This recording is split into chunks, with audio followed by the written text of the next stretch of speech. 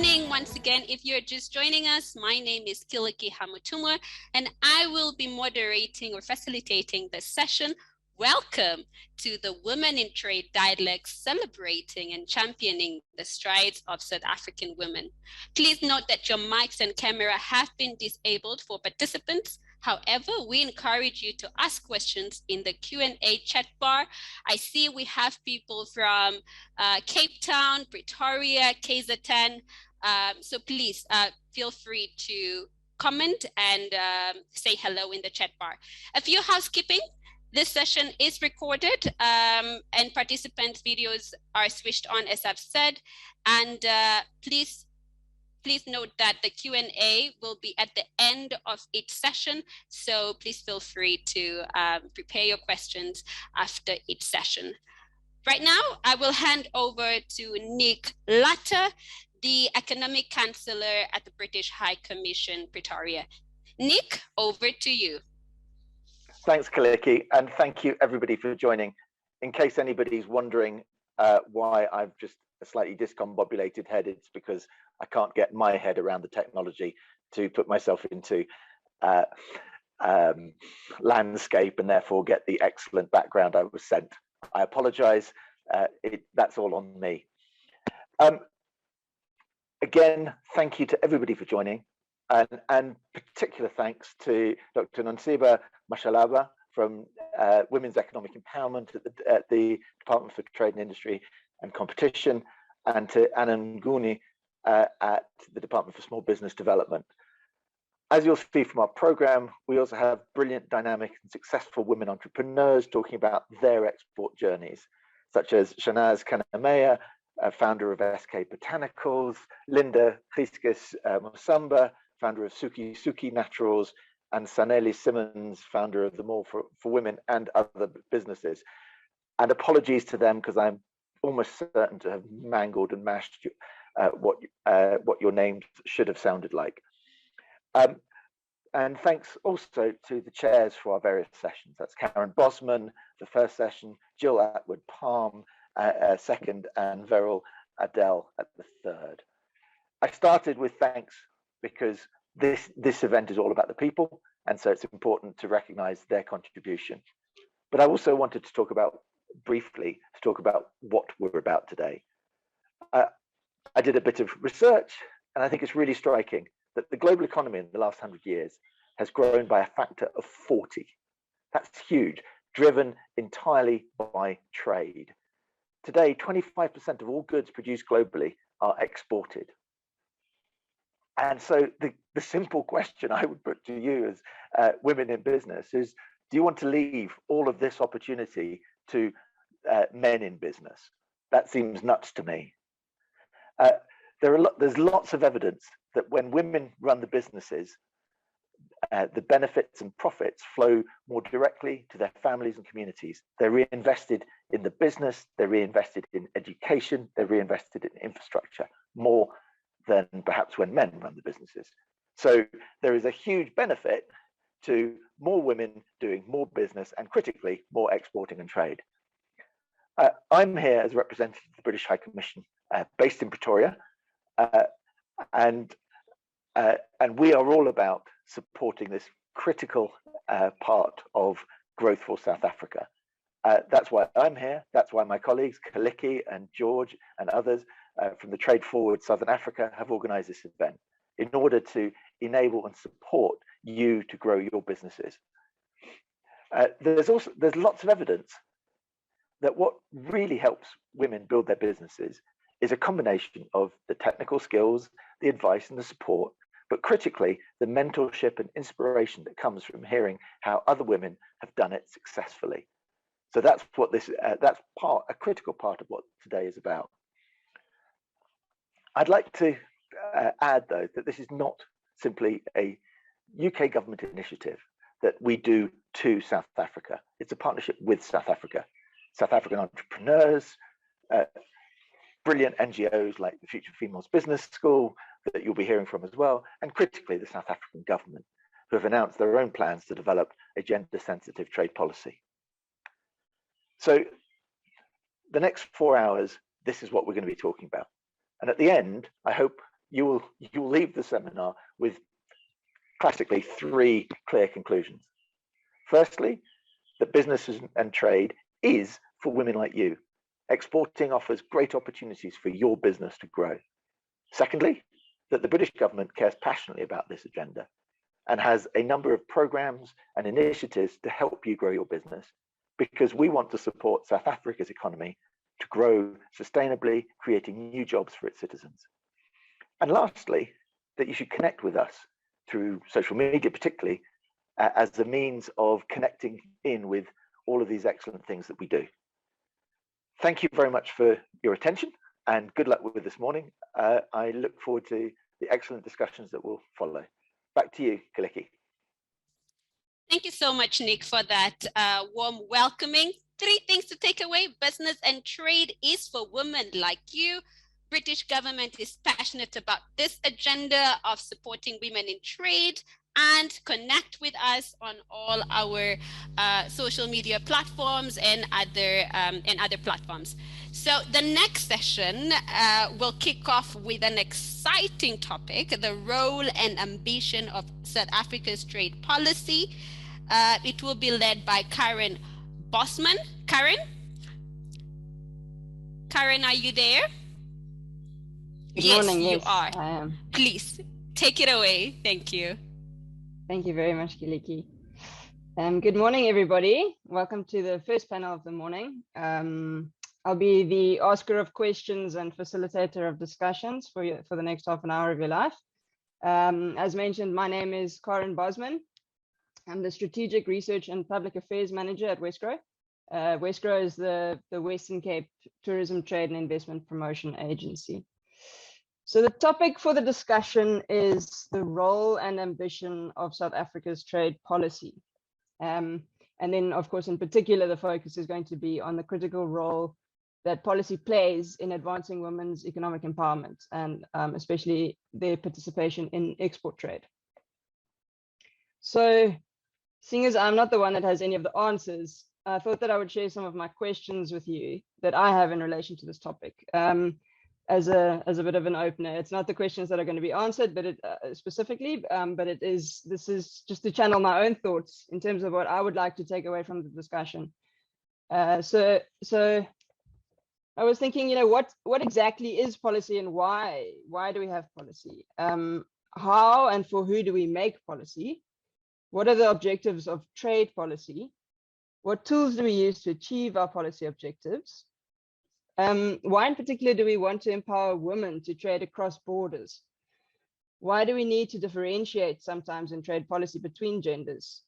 And then this is at the same time, at what point along the business development and export value chain do we specifically need to focus our support for women-owned businesses? And lastly, how do we ensure that policy and implementation tools are fit for purpose as times change, as technologies change, and as the way of work and the types of goods and services that can be exported change? So now that I've channeled our thoughts a bit, I'm going to introduce the panel to you. And I just, from my side, also a very big thank you to the panelists for sharing their time, knowledge, and expertise with us. Firstly, we have Dr. Nongweba Mashalaba. She is the Chief Director for Economic Infrastructure, Logistics, and Women's Economic Empowerment at the Department of Trade, Industry, and Competition. Dr. Mashalaba besides her current role, she also has vast experience in the design and evaluation of incentives. So she brings a lot of different perspectives to us. Anna Mnguni is the Acting Director for International Relations and Market Access at the Department of Small Business Development. Anna's role includes establishing relations with foreign countries to promote our SMEs and SMMEs in international markets. Trudy Hartzenberg is the Executive Director at Trelec. Besides many other things, Trudy's work focuses on capacity building and training of our trade policy makers and implementers. Nadira Bayat is a gender and trade consultant at UN Women. Nadira currently provides policy advice and program support to the UN Women's cross-regional program on gender and the African Continental Free Trade Agreement. but she's also worked on gender mainstreaming in AFCFTA national implementation strategies. And this was with the UN Commission for Africa. So this would be an interesting perspective. And Graham Zebedee, Director of Trade Policy Group for the Department of International Trade at the UK. Graham is based in London, and besides being Chief Negotiator for an increasingly interesting comprehensive and progressive agreement for Trans-Pacific Partnership, and also for the UK-India FTA, Graham is also responsible for UK's trade policy with developing countries. And with that, I would like to hand over to our first panelist, Dr. Mashalaba.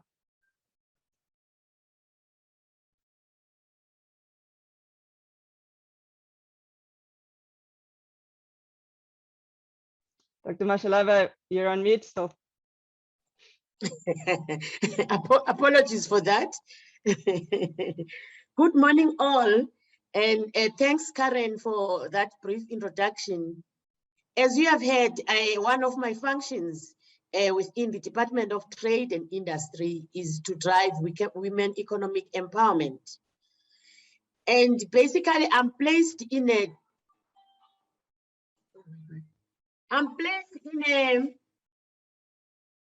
division which is driving economic transformation and empowerment in the department.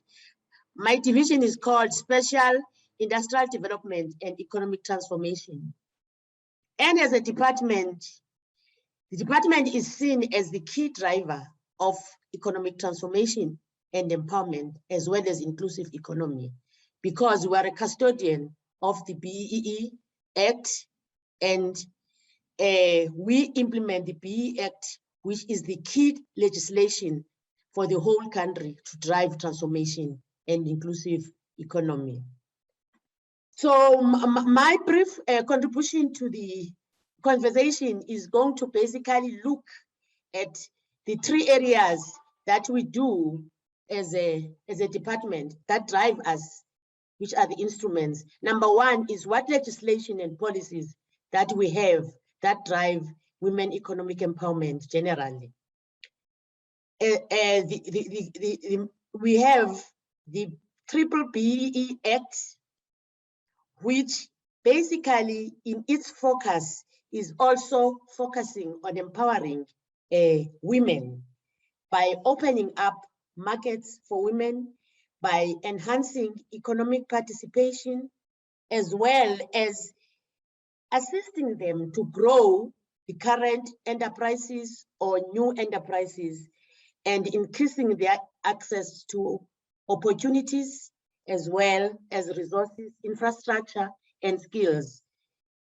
So with regard to BEE implementation, what government does is to provide a conducive environment, an enabling environment, basically, through development of legislation and policies and regulations and programs and guidelines, which simplify the BEE Act, the BBBE Act. So the Act recognizes basically that designated groups, which include women, youth, and persons with disabilities, are really marginalized. And as a result, there are set aside for these specific groups so that they can enter the economy and tap into the resources. So most set asides, if you look at the BEE implementation, are for women across all areas which include ownership, which include management control, skills development, capacity building, and enterprise development, as well as socioeconomic development. How do we measure the implementation of BEE in order to ensure that it gets to where it should benefit people? We use what we call a scorecard. And this scorecard basically is addressing these areas that I've mentioned earlier, the ownership, the management control. And when you look at the scorecards, you find that as a Black woman, we have a dual benefit.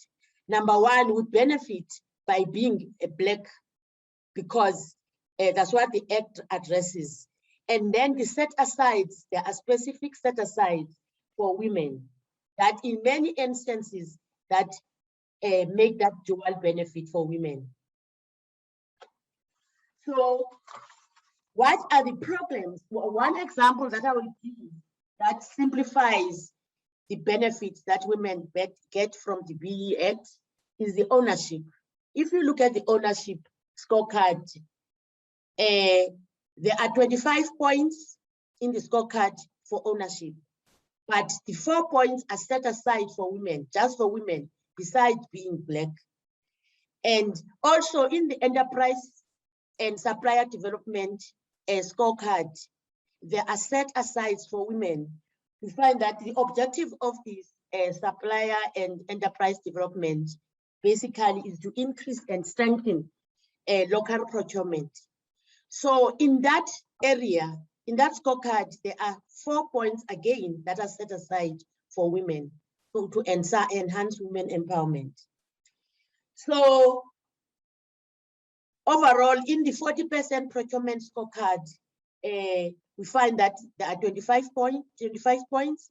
If a company is applying or is undertaking procurement and is supposed to have those 25 points, 4 points already are for women. So if that company doesn't have women in its profile, it is already not qualifying to get 25 points. So those are some of the examples how the legislation that the department is implementing is benefiting women. So I won't go deeply to all the scorecards. Basically, we have set aside for enterprise development, there are 5 points, and that goes on. What else do we as a department implement to address women in trade, basically, which is women in economy? How do we enhance all the programs of the GIC? Even if you look at our programs in our profile as a department, you will find that now what we are doing now is to instill the importance of women, even if they are not currently specified in the mandate of the department. And we know how passionate is the current presidency with women empowerment. So the process in all programs is to instill that. So under the BEE implementation, one of the programs that we're driving is the Youth Employment Service, that is the YES program, whose aim is to really benefit 1 million unemployed graduates by exposing them in businesses and in capacity building. Progress is being made with other stakeholders to achieve this. The other important program under the BE Act is what we call equity equivalence investment program, which basically is addressing the multinational sectors that are in the country because their ownership is not in South Africa. So in order to contribute and benefit under the ownership scorecard, they have to participate under this program and contribute to all the programs. So how we implement this program, we make sure that all the designated group benefit from each and every, for example, if you look at the auto industry, all the ownership of auto industry is all internationally, but they are operating in South Africa. As a result, they've initiated an automotive fund where there's an agreement signed with the department to benefit all the designated groups. So this program is growing and you are getting more and more internationals that are tapping into the program, which is benefiting basically the economy and indirectly the trade, because if we don't produce, you can't trade. Also, our agencies like EIDC and NEF have dedicated programs that drive women economic empowerment. We have a program which is Women Economic Fund, which is run by the NEF specifically to assist to address women. Currently, all our incentives are not specifically for women, they are for all enterprises. But internally, when we assess applications, we make sure that whoever benefits from incentives is BE compliant. And we have special points that when we're adjudicating application that are designated for women, to support women. The Women Economic Empowerment Unit, which I'm responsible for, is working closely with the Department of Women. And all the programs that are being addressed by the department, they also have economic impact, and we are contributing a lot with that, and we are working with them in all the programs. One of our key programs now that is directly linked to trade is a program driven by the Export Development Promotion and Outward Investment, which provide export development programs for women and other enterprises. And it also have now virtual training because of the circumstances for export development and export training. And currently, this unit, this branch is developing another program to support gender equality through the AFCFTA, so that there are opportunities within the African continent. Women in South Africa are trained to tap in those opportunities. And the two other incentives that really assist in trade currently is what we call EMEA, which is export marketing, and you know, the acronyms are always killing us. The EMEA is assisting all the enterprises to attend trade missions abroad, to exhibit abroad. But now we have a subsection that is really focusing on women under EMEA, and women are benefiting from this. And lastly, I think I need to just highlight that with the colleagues that are working in the division called Trade Negotiations and Cooperations, which is doing negotiations for us and negotiations for trade agreements. And there's a branch, a division there that is working closely with the AFCFTA. We are working with them because they are currently leading in the establishment of Women in Trade Directorate under the umbrella of the FCTA. And working with the Department of Women, we have established an interdepartmental task team, which is going to be led by Department of Women, which is going to look closely on how we deal with the women in trade under the umbrella of the FCTFA. So basically, there are so many ongoing programs and projects that are really addressing and looking directly to address women economic empowerment. I think, I'm not sure whether I still have time, Karen, to, I'm a previous teacher, so I can talk. I'll give you 1 minute. Okay, 1 minute. I think that's in closure. I think this branch, which is working under with AFCTA, is looking at programs like non-barriers and tariffs, and how we can work with all these instruments to assist women. And we hope once this directorate, which is Women in Trade under this umbrella, is launched, there was a planned programs, a conference that has been postponed forward, that when we go there, we have some implementable initiatives that will assist women. I think I will stop there, Karen, for now. Thank you. Thank you very, very much, Dr. Mashalaba. Right. Anna, are you ready for us? Yes, I'm ready. Thank you very much, and good morning to the panelists, and good morning to women-owned enterprises and all SMMEs. My name is Anna Mguni. I'm from the Department of Small Business Development. I'm the acting director there, responsible for international relations and market access. I'm going to share a presentation. Are you able to see it? Yes, we are. Yes, thank you. You can just enlarge it. Okay. Okay.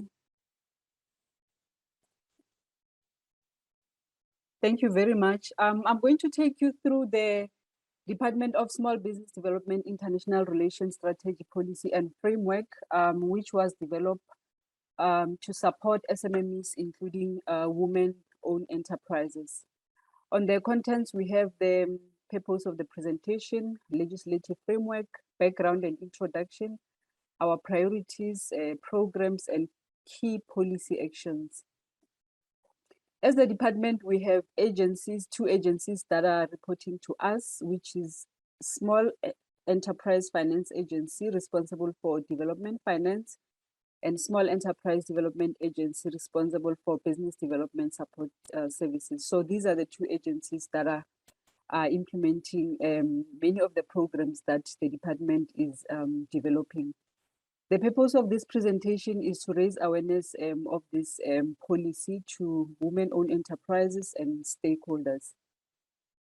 Our work is governed by the Constitution of South Africa and then the National Small Enterprise and Cooperatives Amendment Act. Under background, our department was established in 2014, and our mandate is to lead an integrated approach in order to promote SMEs and cooperatives, which includes women-owned enterprises. SME development is globally recognized as critical to address the challenges of job creation, poverty alleviation, and inequality. Similar in South Africa, the role of SMEs is vital to drive economic growth.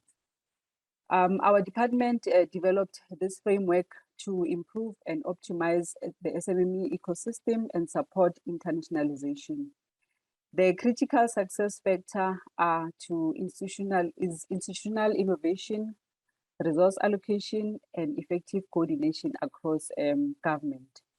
Internationalization can help SMEs to tap into much larger network base, broaden possibilities of financing opportunities, and help accessing learning opportunities to address both internal and structural constraints.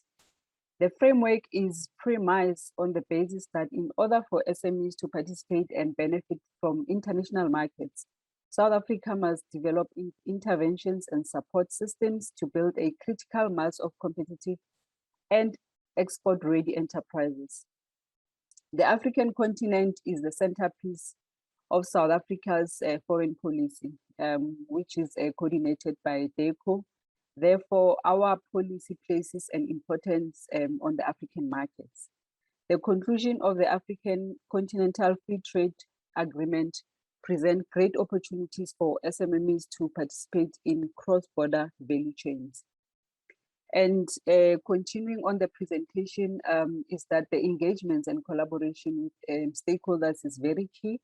There are various government departments that we are working with, including the DTIC and Department of Women.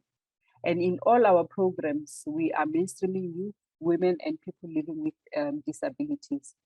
Government around the world are developing targeted policies to improve the ecosystem on innovation, SMEs with value chains, seen as the best avenue for unlocking growth and employment opportunities, especially for youth and women-owned enterprises. Our department has leveraged partnerships, and we are continuing to collaborate with other stakeholders. Like for instance, we have leveraged a partnership on the program of She Trades with the International Trade Center to generate more benefits for women-owned enterprises.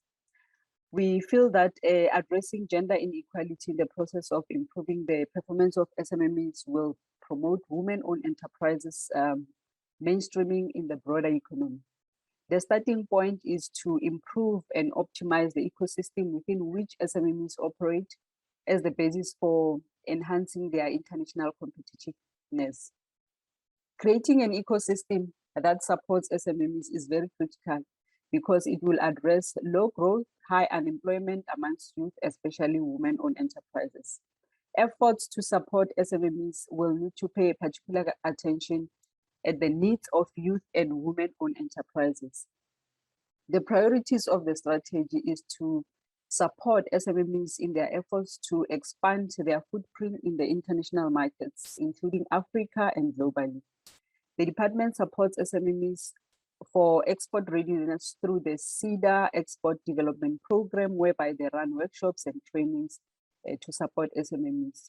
We also have the She Trades ZA program, which is another initiative that empowers women. And we also collaborate with other spheres of government and agencies to promote export-ready SMEs. The other intention is to also ensure that during the state visits or ministerial engagements that have been taken by our country, we should also direct the opportunities for SMEs and be guided by the market intelligence. Government-initiated missions should also culminate into partnerships that may include access to markets, exchange of information, and best practice in foreign countries that can benefit South African SMEs. And also the critical role of the South African diplomatic missions in Africa and abroad are also important to also identify and facilitate opportunities of markets and skills development programs for SMEs. And they are also important to inform us on any opportunities that can benefit SMEs, like opportunities of trade fairs and seminars that will promote and the SMEs and develop them. Some of the programs that we are offering in the department is to strengthen SMEs and cooperatives development. We have developed the National Integrated Small Enterprise Development Master Plan. On issues of e-commerce, we are also supporting SMEs through the She Trades platform. And we also support SMEs in the creative and cultural sectors. In terms of facilitating export, we want to upscale export support for SMEs and cooperatives by prioritizing African continent and the world through the Africa Continental Free Trade Agreement. We also have the Small Enterprise Support Manufacturing Support Program, which assists SMEs, including women, to grow their business locally up to the level whereby they will be able to export their businesses.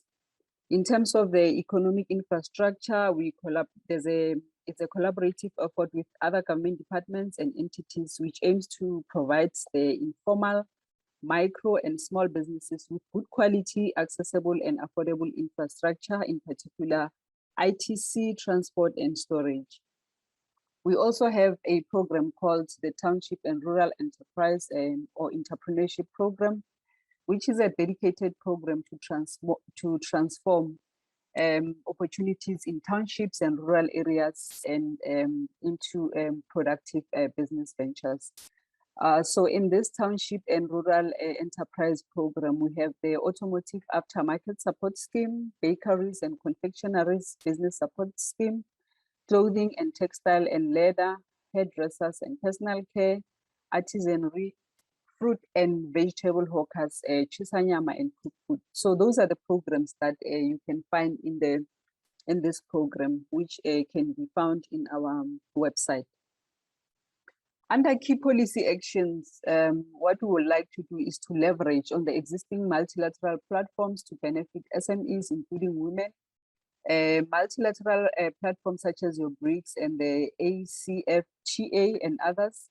We also like to promote regional integration and trade with, within the SADC and the African continent, promote the South African products in the SADC region and Africa and globally.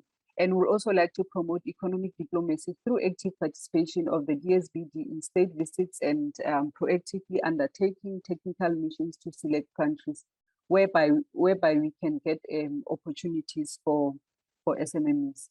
So lastly, what I would like to indicate is that it is very important that we as policymakers, when we develop policies, we ensure that we give, for instance, women-owned enterprises, youth and people living with disability, a platform so that they can be able to speak, you know, so that the policies that we are developing are really addressing their needs and their challenges. Thank you very much. Thank you very much, Anna. That was very, very enlightening. I didn't actually know a lot of that. Thank you. Nadira, are you ready for us? Yes, I am, Karen. Thank you, Can you see Nadira. me and can you hear me? We can see you, we can hear you. We are all yours. Okay, thank you. Thank you very much, Karen, and warm greetings to everyone joining us for today's very timely and important Women in Trade Dialogue. My name is Nadira Bayat, and as Karen mentioned, I've recently joined the UN Women Africa team, where I provide policy advice and program support to UN Women's cross-regional program on gender and the African Continental Free Trade Area, the AFCFTA. In my previous position as gender and trade expert with the UN Economic Commission for Africa, ECA, I led the approach to gender mainstreaming in AFCFTA national implementation strategies.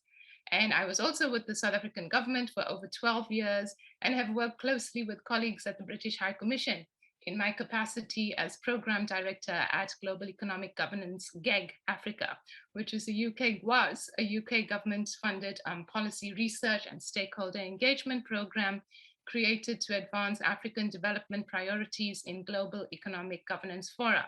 And one of the themes at GEG Africa was trade.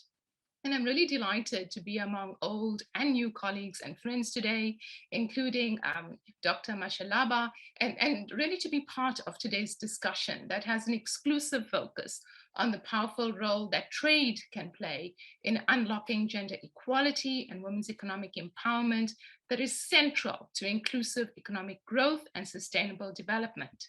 Now, inclusive economic growth and sustainable development is, of course, the overarching vision of the UN 2030 Agenda and the African Union's Agenda 2063. Now, my focus will be specifically on the AFCFTA and particularly on the powerful role that the AFCFTA can play in achieving this objective of inclusive socioeconomic growth and development.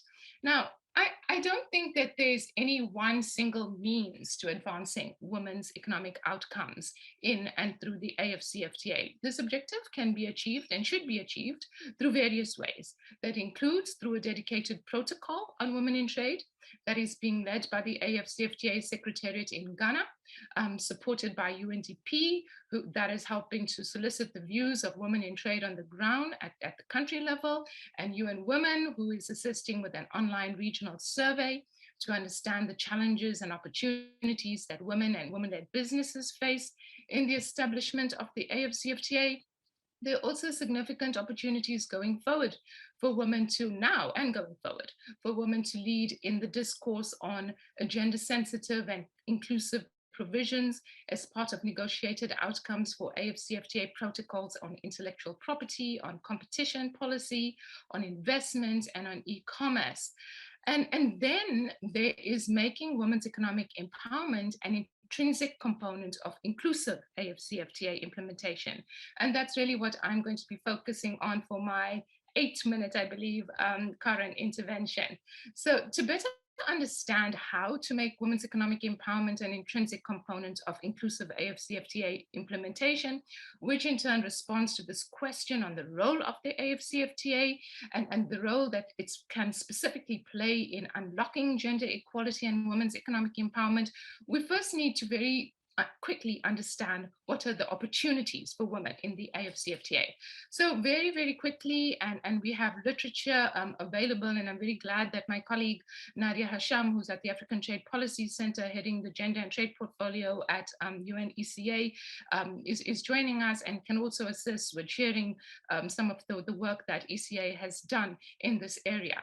Now, a single market that's created under the framework agreement establishing the AFCFTA that connects 1.3 billion people across 55 countries with a GDP of 2.5 trillion creates a number of economic empowerment opportunities for women who make a strong contribution to trade in African economies in multiple roles. As wage workers, as producers, as entrepreneurs, women-owned businesses in the formal and informal sector, as small-scale and informal cross-border traders. Now, women-led businesses in the formal and informal sector can exploit economies of scale and benefit from increased access to continental markets and participation in higher value added regional value chains that also fosters integration into global value chains. The AFCFTA will open up trade and business opportunities for women in key economic sectors where women are actively engaged, and this includes agriculture, in manufacturing, specifically in textile and wearing apparel, in services, particularly in tourism and businesses. Smallholder female farmers in particular can benefit from opportunities to integrate their activities into stronger regional agricultural value chains and value-added agro-processing activities. And smaller businesses can benefit from linkages forged with large commercial agro-manufacturing firms.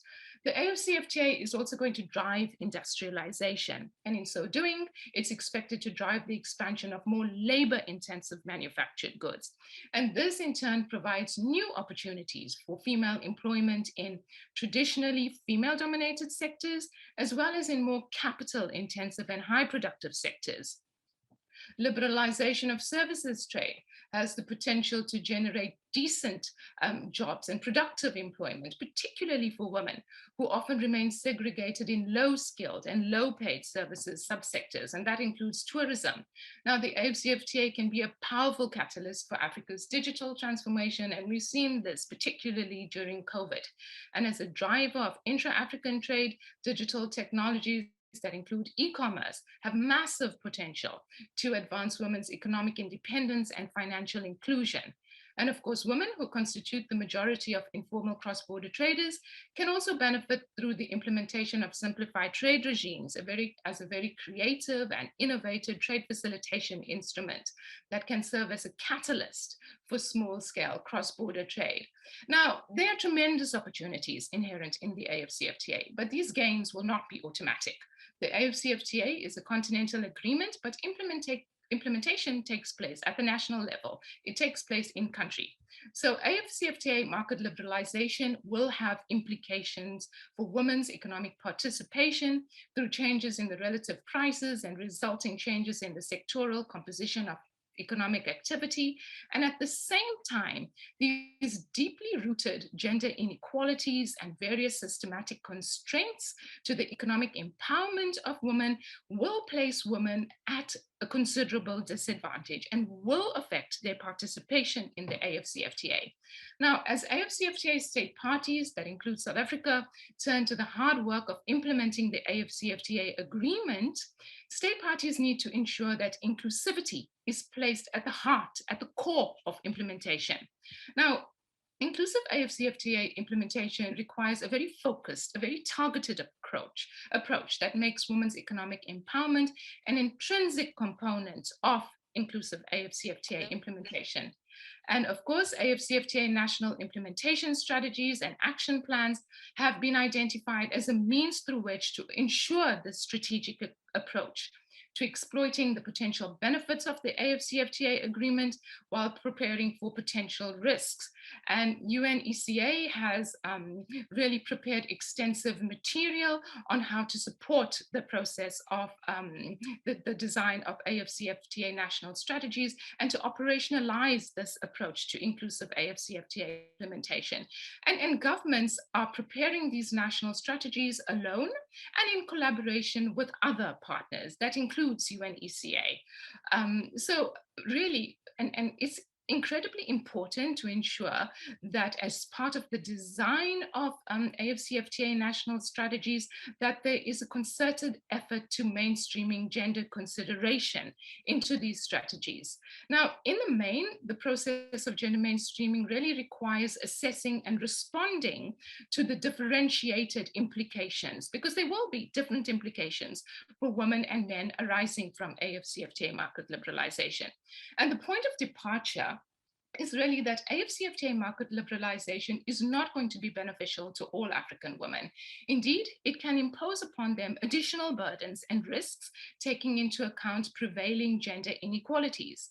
Now, gender mainstreaming will look to identify priority sectors and markets where the potential exists for women's economic empowerment, as well as non-traditional sectors and products with high export growth and employment creation potential. It also helps to identify opportunities in key regional value chains with positive socioeconomic impact. And particular attention is paid to examining constraints for women who are disproportionately affected by trade barriers and persistent gender inequalities in key economic sectors and in their various economic roles. Now, I don't have time to get into the details, and my colleague Nadia, I'm sure, will share the literature available that ECA has prepared on this. But really, the process of gender mainstreaming requires a holistic and inclusive approach. It recognizes that small-scale women farmers tend to be further disadvantaged in the liberalization of agricultural markets due to the pervasive gender gap in the agricultural sector. And if the gender gaps in access to land ownership and housing property, and these are critical assets for securing capital, if the gap in access to finance, in market information, in agricultural inputs, in agricultural extension services are not addressed, if socio-cultural norms and women's unpaid work and other constraints that affect women's productivity and ability to successfully participate in agricultural export markets, if these constraints are not addressed, then women farmers and producers will simply not be able to move to the higher value-added segments of regional agricultural value chains and to seize new opportunities in this critical agricultural sector. Gender mainstreaming also acknowledges that, well, of course, liberalization under the AFCFTA will boost manufacturing, and that promises new formal employment, including for women. But the impact of trade liberalization on women's employment and the gender wage gap will need to be considered as part of this process. And without the required complementary measures and other targeted interventions, the gender wage gap could be potentially used to boost competitiveness in exports and keep women workers in low productive sectors. This process also highlights the need for technical education, on the job and other specialized skills development and targeted training for women to move to higher skilled technical sectors and occupation that offer enhanced value addition and export generation opportunities. So the approach to gender mainstreaming moves beyond this exclusive focus on women as entrepreneurs. It encompasses really a broader analysis of other unequal gender relations. And it's a comprehensive approach that should be integrated into AFCFTA national implementation strategies. Now, this entire process culminates in the identification of gender responsive policy actions and other complementary measures that will advance the economic empowerment of women. And these actions are set out in AFCFTA implementation action plans. Very quickly, and I'm not going to be able to get into the details of this, but I just want to emphasize the importance of partnerships, because of course the AFCFTA is a Pan-African program and responsibility for implementation lies ultimately with AU member states. But an ecosystem of partners that includes the private sector, civil society, and development partners must come together to support economic empowerment interventions that are identified in AFCFTA national strategies. And all of this is part of supporting inclusive AFCFTA implementation. Yes, with time constraints, I'm not going to be able to get into details, but we're going to have to be able to support economic sector analysis through a very strong gender responsive lens to identifying what are the barriers and opportunities for women's economic empowerment in priority economic sectors. We need to build the export and trading capacity of women-led businesses through entrepreneurship and AFCFTA management programs. And of course, Tralac is here and She Trades is here. And there's the ECA has also done fantastic work on developing and building export-ready capacity development and training programs for women entrepreneurs. We also need to empower women in regional agricultural value chains to understand where women and men are placed in these value chains, to do the kind of sectoral analysis that will be able to expose gender inequalities and ensure that these are addressed so that women can access higher value opportunities in these regional value chains, including in agricultural value chains. And of course, we need to close the gender gap in access to finance. We need to look at what encompasses a gender responsive trade facilitation agenda that includes digital trade facilitation. And yes, so that is basically, I can go into the details of what that should include, but I'm not sure that I have the time for that. But thank you very much for your attention. And maybe we can tease what those interventions are during the Q&A session. But thank you very much for your attention. I do hope that I was able to share in this very short time some high-level insights on targeted actions that we can collectively build upon to support inclusive AFCFTA implementation that actively promotes the full and equal participation of South Africa, of Africa's women in the AFCFTA, because that really, colleagues and friends, is key to driving outcomes that are fairer and more beneficial for all. Thank you for your attention.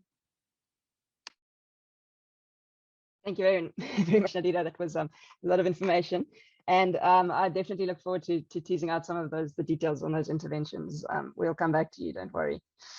And Trudy, you ready for us? Yes, good morning, Great. Karen and colleagues. It's a great pleasure to be joining this important conversation, and it's been a pleasure to listen to my fellow panelists. I've been asked, colleagues, to say a little bit about South Africa's trade policy and where women's economic empowerment fits into that policy process.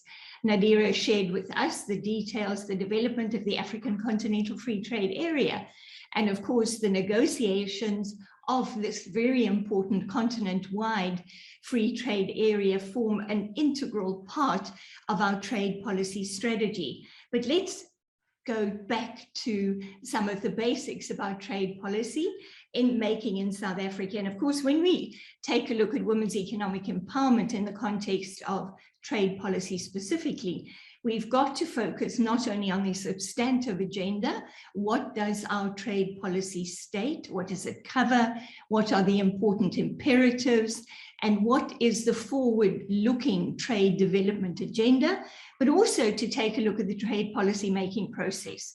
And process is particularly important because what we do want is an inclusive, representative process where women's voices, women's interests are clearly articulated, where women have an opportunity to shape the trade policy for South Africa. The focal point, as we know, for trade policy making in South Africa is the Department of Trade, Industry and Competition. Increasingly, however, it is extremely important to keep in mind that intra-governmental coordination is absolutely essential. We've had references to the discussion about digital trade, digital economy developments. Extremely important that the other line ministries that are responsible for agriculture, that are responsible for transport services or communication, or in fact the sector regulators that play an extremely important role in shaping the regulatory frameworks, for example, for the financial services sector, where structurally we have significant barriers in terms of access to finance that impact women disproportionately. So the coordination of the trade policy making effort is a particularly important challenge. However, broad stakeholder engagement, all stakeholders within the private sector, within civil society organizations, consumers must be represented in that process. Now, where do we stand with South Africa's trade policy making endeavors? Our last full trade policy initiative and exercise took place more than 10 years ago. Trade policy dates from 2010. Some amendments were made in the end of 2012, but more recently, colleagues, we've seen a trade policy statement published by the Department for Trade, Industry and Competition. And I've published a link in the chat room to that trade policy statement. It is not a trade policy at this stage, but it includes contours which are particularly important for our conversation today. The opening sentence in that trade policy statement is very important to note. It says basically the South African government through the DTIC pursues a strategic approach to trade policy. That's important, primarily geared to supporting South Africa's industrial development and employment growth. So right up front, we have a very strong focus on industrial development. Now, colleagues, when we take a look at women's economic empowerment and we take a look at economic development opportunities, addressing the fundamental challenges that women face in terms of getting access to opportunities, not only access in terms of employment, access to investment opportunities, to full participation in the South African economy, our trade policy has to be an economy-wide policy. It has to reflect very important opportunities and priorities in agricultural sectors, for example, and very importantly in the services sectors. The services sectors have not enjoyed significant attention in trade policy making. In fact, if we go back to the trade policy, the 2012 iteration, and you do a simple word search, you will find scant reference to trade and services. The point is that services sectors contribute about 2/3 of economic activity. They're extremely important in terms of employment creation, but also services play a very important role as trade facilitation support measures. We cannot trade without access to finance, communication services, and a range of other transport, logistic, and services that are important to get goods from the factory gate or from the services production location to the final consumer. So this is extremely important to keep in mind.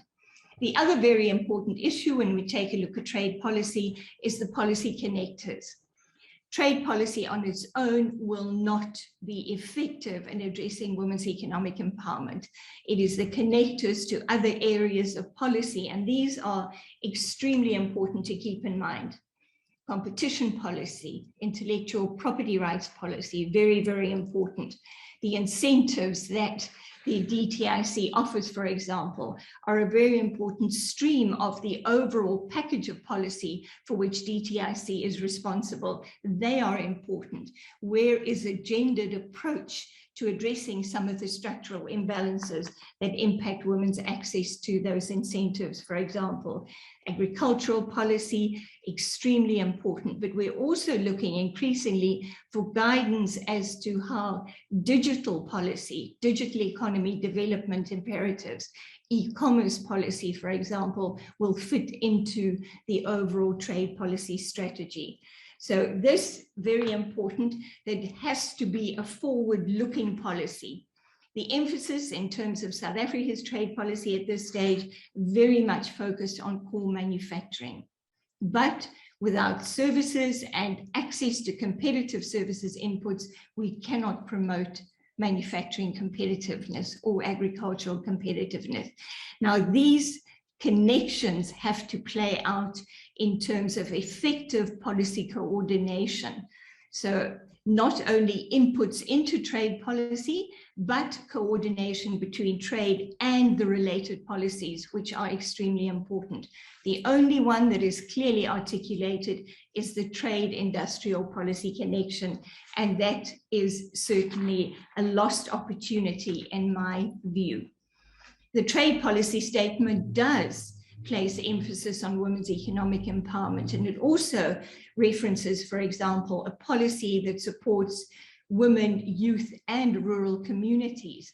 So there are indications that we can look forward to a much broader, comprehensive trade policy process, which has potential. And now is the opportunity for women, voices from all constituencies across economy and society to prepare to contribute to shaping that important policy. There's strong focus on our relationship with our African trade partners.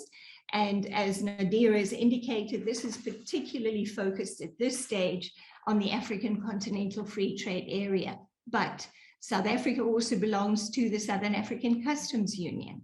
And in the context of the Customs Union, we're seeing very important deliberations and discussions around not only industrial development, but broader value chain development.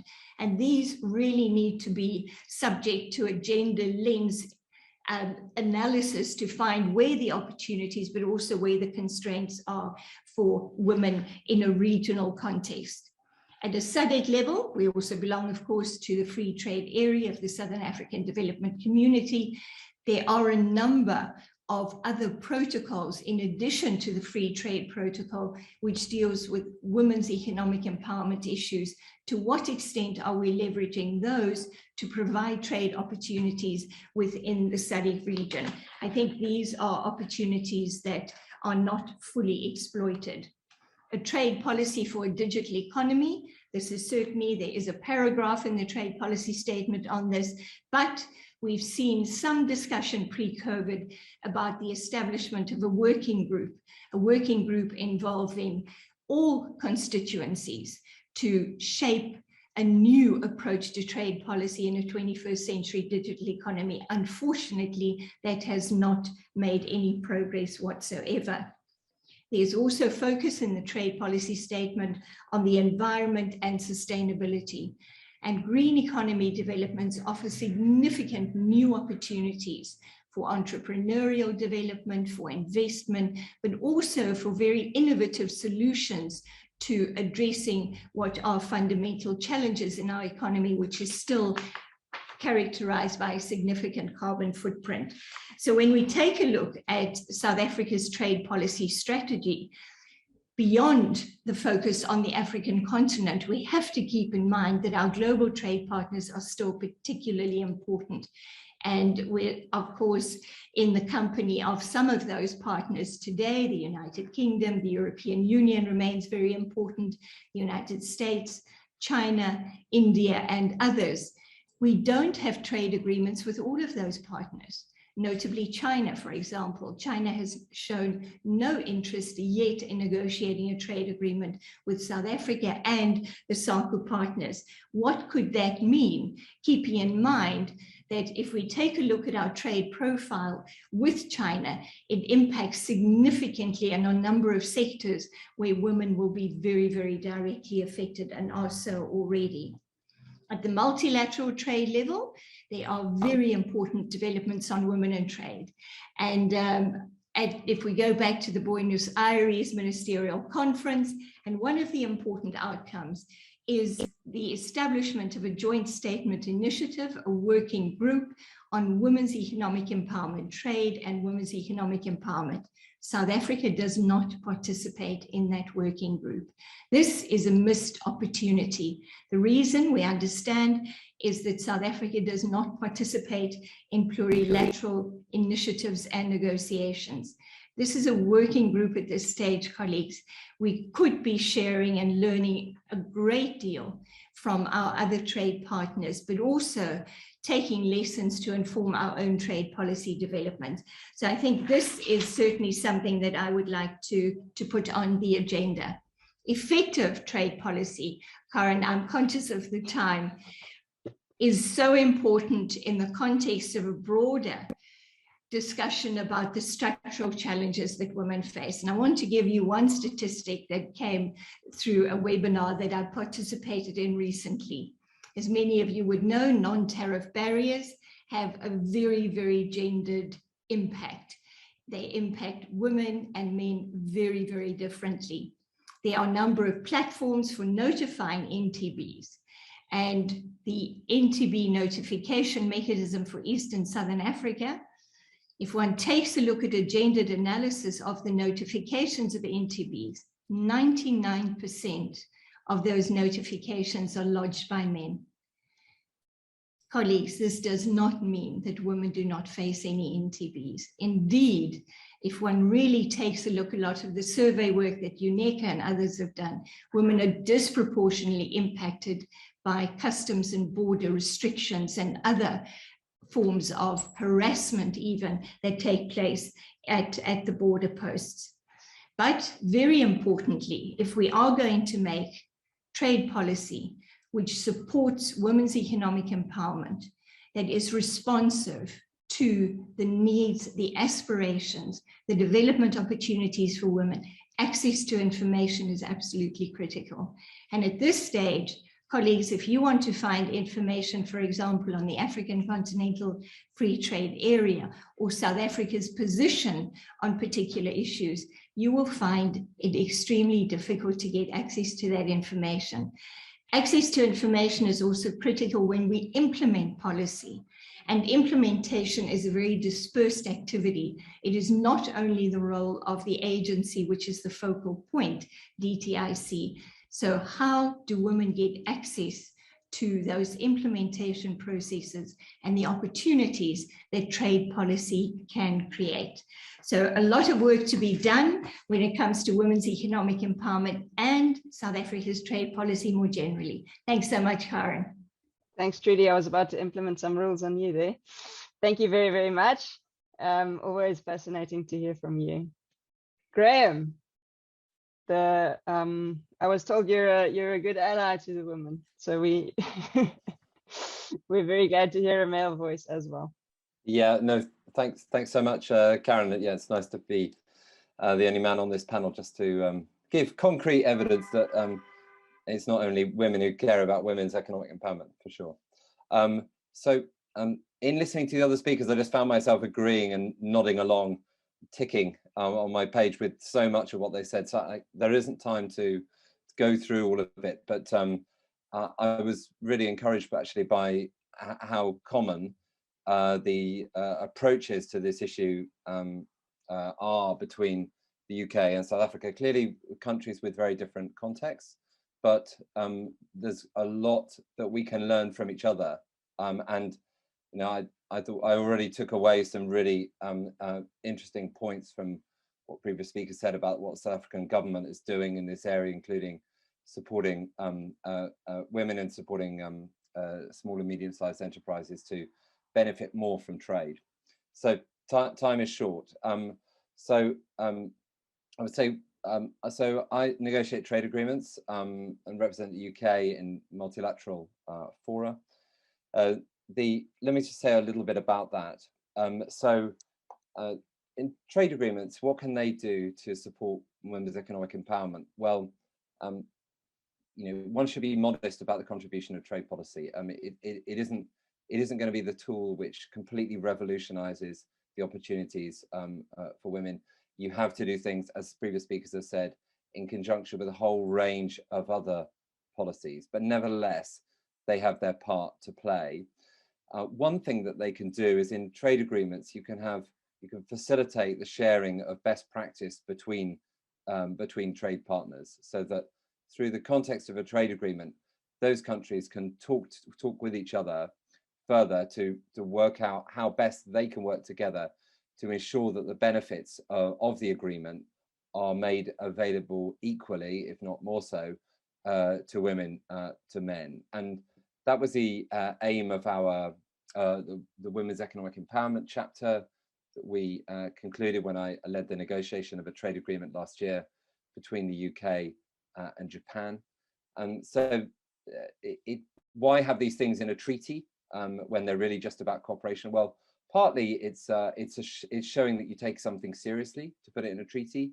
I mean, it's a good signal as well. I think the way that trade agreements work globally is that often you take best practice from one agreement and then incorporate it into your own. And we looked at best practice from Chile in particular, who's a real leader in this area, to inspire what we were doing.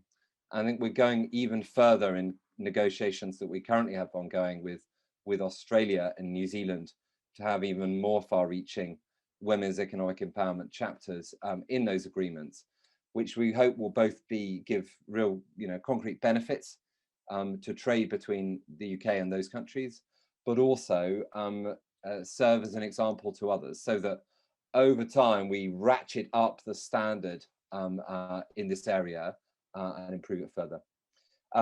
Second thing in multilaterals. As Trudy Hartzenberg mentioned recently, there is a women and trade agenda which is active in the World Trade Organization, and I do know that the declaration at the previous WTO Ministerial Conference several years ago was endorsed by Botswana, Eswatini, Namibia, and Lesotho, so that the Southern African voice was heard in that, which is positive. And Botswana is one of the leading lights of the current informal trade working group. So it's very good that the Southern African voice is going to be being heard there, because that can lead into an even more far-reaching and hopefully comprehensive in terms of its country coverage declaration on women and trade at the 12th Ministerial Conference of WTO, which is happening at the end of November. And the UK tried to support that through including some powerful commitments on women's economic empowerment and trade in the communique from the meeting of the G7 trade ministers in the summer of this year. So we're doing all we can to try to get the overall standard higher within WTO, and that would mean that in time countries would all be thinking much more seriously than they are now about how to incorporate a gender perspective properly into their trade policies. And that includes all the rules areas that were mentioned before, including by Nadira Bayat on on digital, for example, on intellectual property. But it's also about ensuring that you better understand the impact of trade agreements or trade policies on women, and therefore working out how best one can get gender disaggregated data to do that, which is not easy, and therefore it makes sense for all countries who are focused on this area to share technical solutions and improvements that they themselves have made, so that not every country needs to reinvent the wheel.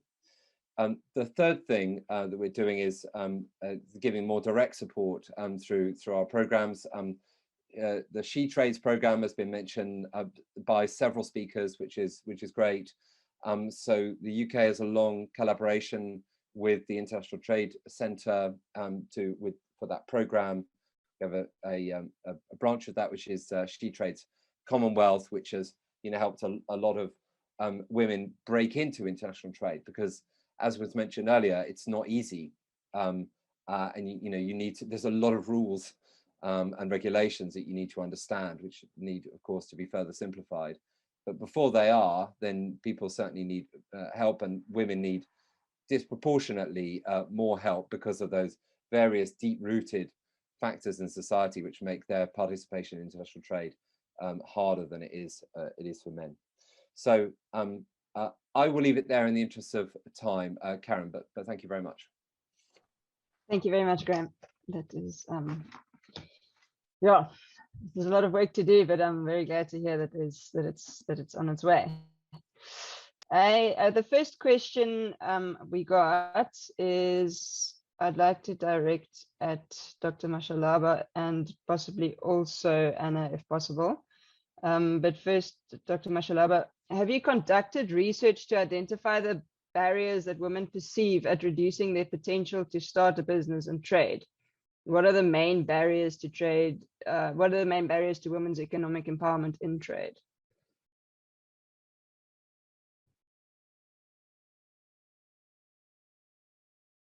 See if she can hear me. Okay, I'm getting. There we go. Thank you, Karen.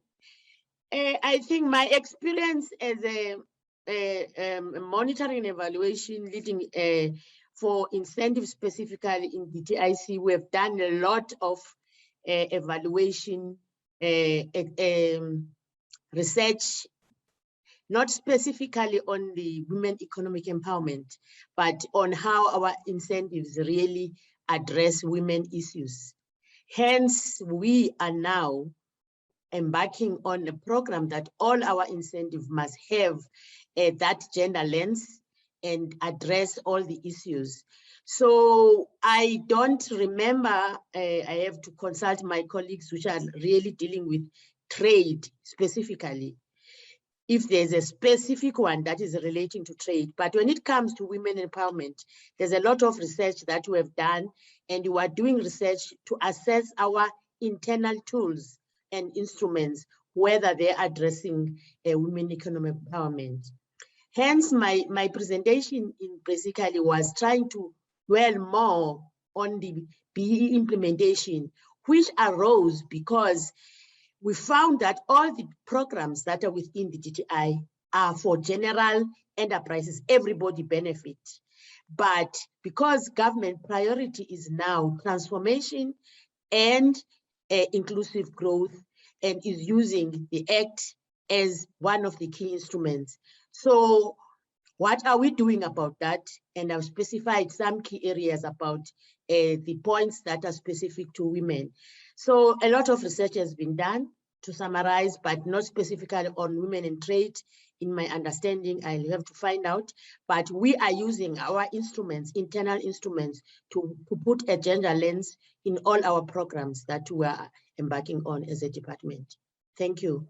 Thank you very much. And I mean, we chatted yesterday about the fact that, you know, trade is one aspect of it, but basically just running of a business, starting of a business, participating in the economy, there's so many steps that go into that before you actually crossing a border with your goods.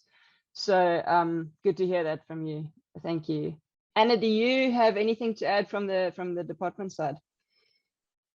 Thank you very much. I think some of the challenges that are being experienced by, I would say, the SMMEs and SMMEs, including women, is lack of skills, knowledge in managing a business, lack of access to information, and issues of finance. We do have research in our department, but not specifically on women. But research is there, which the information can be accessed in our website.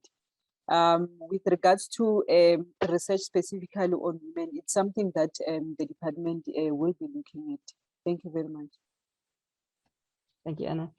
And then Graham, before you disappear too far away from us, there's a question, do we have a trade agreement with the UK, and what are the opportunities for women-owned businesses? So I know you touched quite a bit about sort of the general work that's going into the agreements, but maybe if you could just elaborate a little bit on the trade agreement, the new trade agreement that we have with the UK post-Brexit.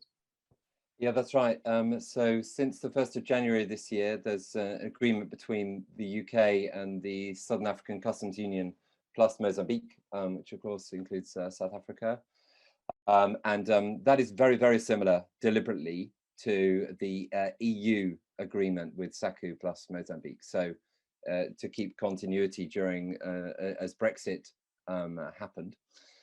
So one of the opportunities, well, there's a lot, you know, it's an agreement which is designed to grow and evolve over time.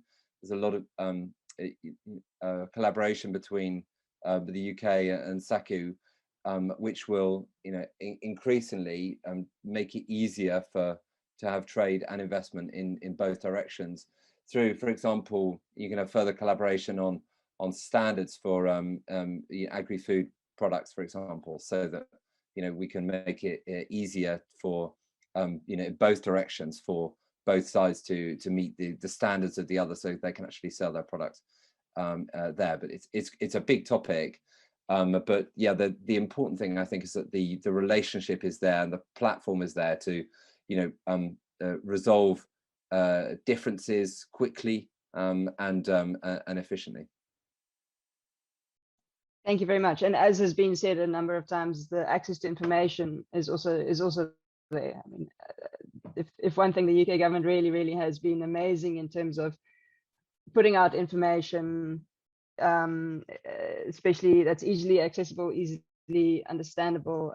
I certainly appreciate that. And if anybody in the audience wants to know where to go for more information, then you're on the right webinar. All right, thank you, Graham. I have a question which Nadira, I'm not sure if you maybe want to attempt to answer this. So really important to have women's voices and views to help shape the gender sensitive chapters and trade agreements. And what are you hearing from the women in your work?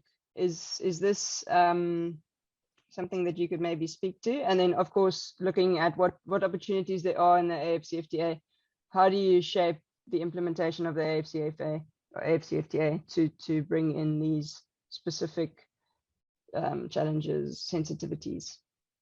Yeah, no, thanks, Karen. And you know, I'm also glad that my colleague joins us from ECA today, because a very large component of ECA's program on gender and the AFCFTA is focused on women's business associations and just of lot, you know, convening policy advocacy dialogues and multi-stakeholder engagement platforms with women's business associations specifically for that purpose, to solicit their opinions, to ensure that we get their voices. And it's really, we hear from women themselves as to what they would like to see reflected in their trade policy. And, you know, the whole approach to AFCFTA implementation is inclusive. And when I say inclusive, we're talking across government. So it's not only, I mean, the trade ministry is the lead, but it's not limited to the trade ministries. There's of course the gender ministries, Ministry of Education, Customs, Agriculture, Labor. So when we're talking about an inclusive across government approach, that's what it needs to, we need those voices around the table, but we also need an across society approach. And these platforms that ECA has been convening, and UN Women as well, really provides an opportunity for the voices of women who are not traditionally involved in trade policy making. It provides the opportunity for their voices to be reflected in trade policy making. And of course, there is a lot of encouragement and persuasion for governments to ensure that women representatives from the private sector, from informal cross-border trader associations, from civil society, women activists, feminist economists are part of these platforms to really be able to inform and influence trade policy making. And I just want to go back to Graham's point about the importance of data collection and analysis, because of course there is a dearth of information and we don't have the necessary gender data, and we really need to be able to rely and get the support of our partners to improve sex disaggregated data and gender analysis on the exact nature of the barriers that women confront and in trading across borders, and of course the gendered impact of improved processes and procedures. And this can only be done in collaboration with our partners. But yeah, in saying that, if I can just very quickly speak to some of the interventions to support inclusive AFCFTA implementation that you asked at the end of your question. So it's incredibly important for us to be able to understand what the enabling legal and policy environment is, and to be able to understand the potentially discriminatory legislation, to be able to advocate for the removal of legal barriers to women's employment and various economic sectors, and as well as in entrepreneurship. And you know, one of the, of course, access to finance comes out. And Trudy spoke to it, and other colleagues did as well from government. And that is incredibly important because lack of access to credit and finance constitutes a major barrier to women entrepreneurs across the continent in growing their business. But support should not be limited to that. You know, we really need to be looking at support that extends beyond access to trade finance to context specific, to really targeted programs that are country specific, that will strengthen women's entrepreneurial skills, including through business development, through curricular leadership, to mentorship, through networking, through mind shift training. So also the softer skills. We really need to be able to understand what are the trade facilitation reforms that will reduce trade and transaction costs.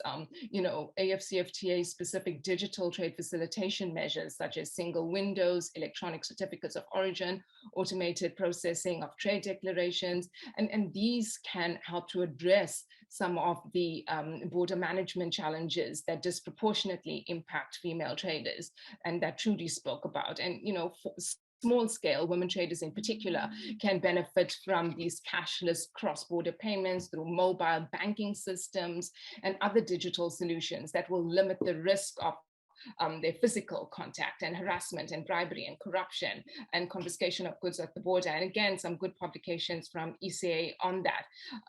So yes, and e-commerce, and of course, the importance of addressing digital literacy, digital skills, and the focus on investing in digital inclusive infrastructure that is so critical to bridging the expansive digital gender divide, and an opportunity again for the conversations to happen amongst women entrepreneurs, women traders, to inform the protocol, to be negotiated protocol on e-commerce, because this also provides the opportunity for governments to hear directly from women entrepreneurs themselves on the critical constraints and what they would like to see reflected in a protocol on e-commerce and digital trade. Thanks.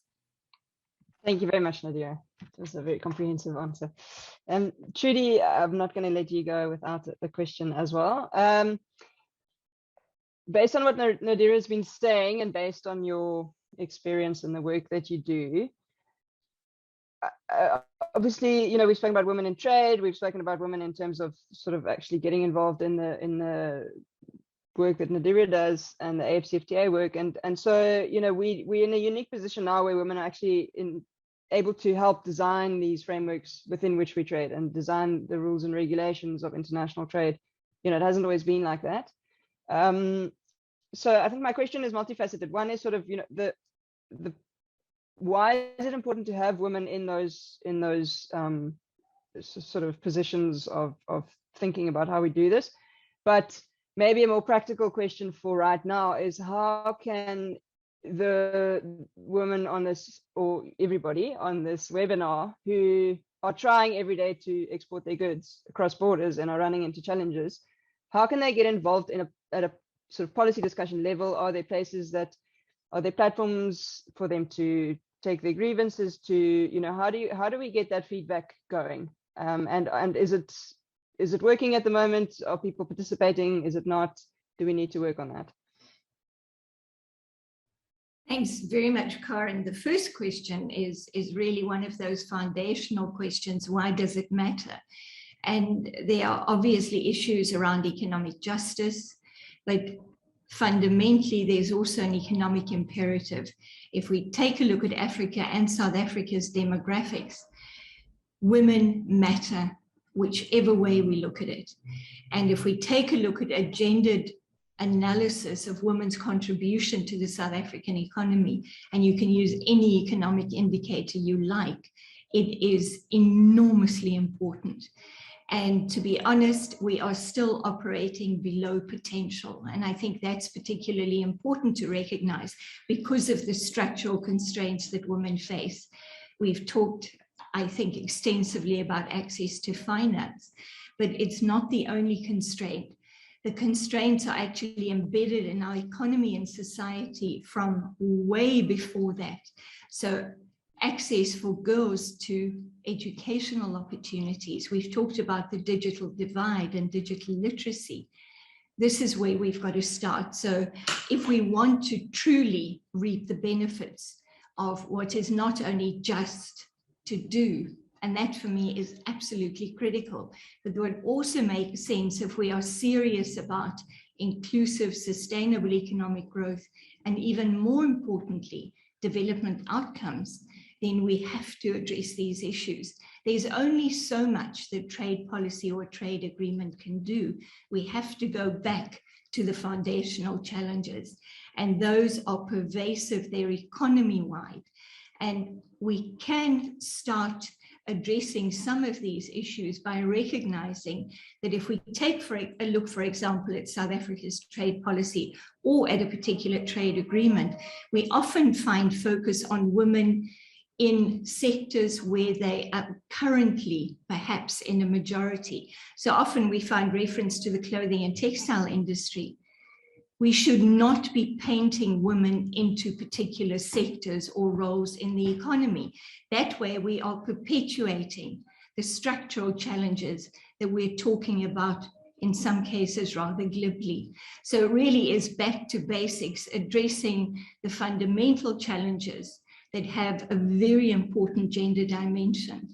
And that means that young women, girls, do not get opportunities to develop their skills, their aspirations, and achieve their potential, which matters for all of us.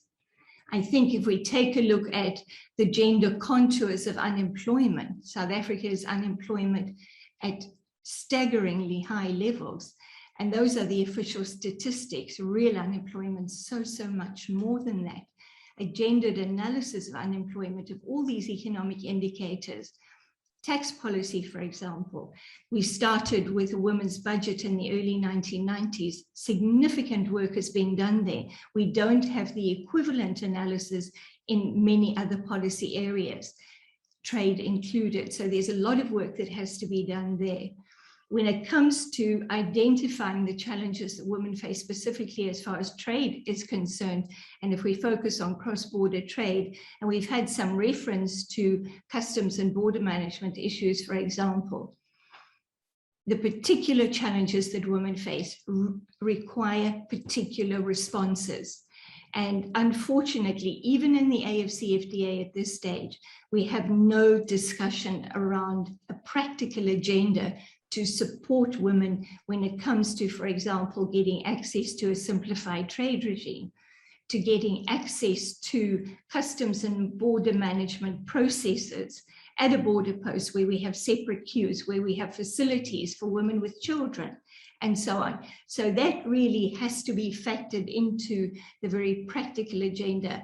It requires access to infrastructure investment. It requires access to effective management of what happens at border posts. The oversight is very often lacking, so that what happens when you join the immigration queue or the customs queue is not effectively coordinated. There are practical solutions that we certainly can find, but in order to identify those challenges and also to work on solutions, we need information. So the analysis that Graham and Nadira have referred to, absolutely essential. What are women's roles and value chains in trade? And we often come back to small-scale cross-border trade. We often refer to that as informal trade. I think it's extremely unfortunate because it sounds as if it perhaps doesn't really matter.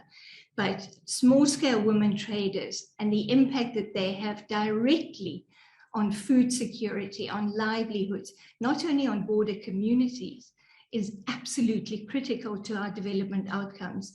So we have to do a reality check, but also reconfigure and recalibrate our perceptions. Because only if we do that will we be able to shape appropriate solutions via various policy channels in the context of our trade agreements. And to be honest, at this stage, most of our trade agreements that do mention women and trade or trade and gender do so in rather vague, sometimes aspirational language, but very few binding commitments are in those trade agreements. That's what we need so that they can be enforced. And we need to make sure that we do use the facilities for enforcement, dispute settlement, whether it be through negotiation processes or finding solutions to those challenges. But we have to address those issues in a very serious manner. Thank you. Thank you, Judy. Thank you very much. We have 1 minute, but I'm very quickly going to run this idea past the two departments, national departments we have here.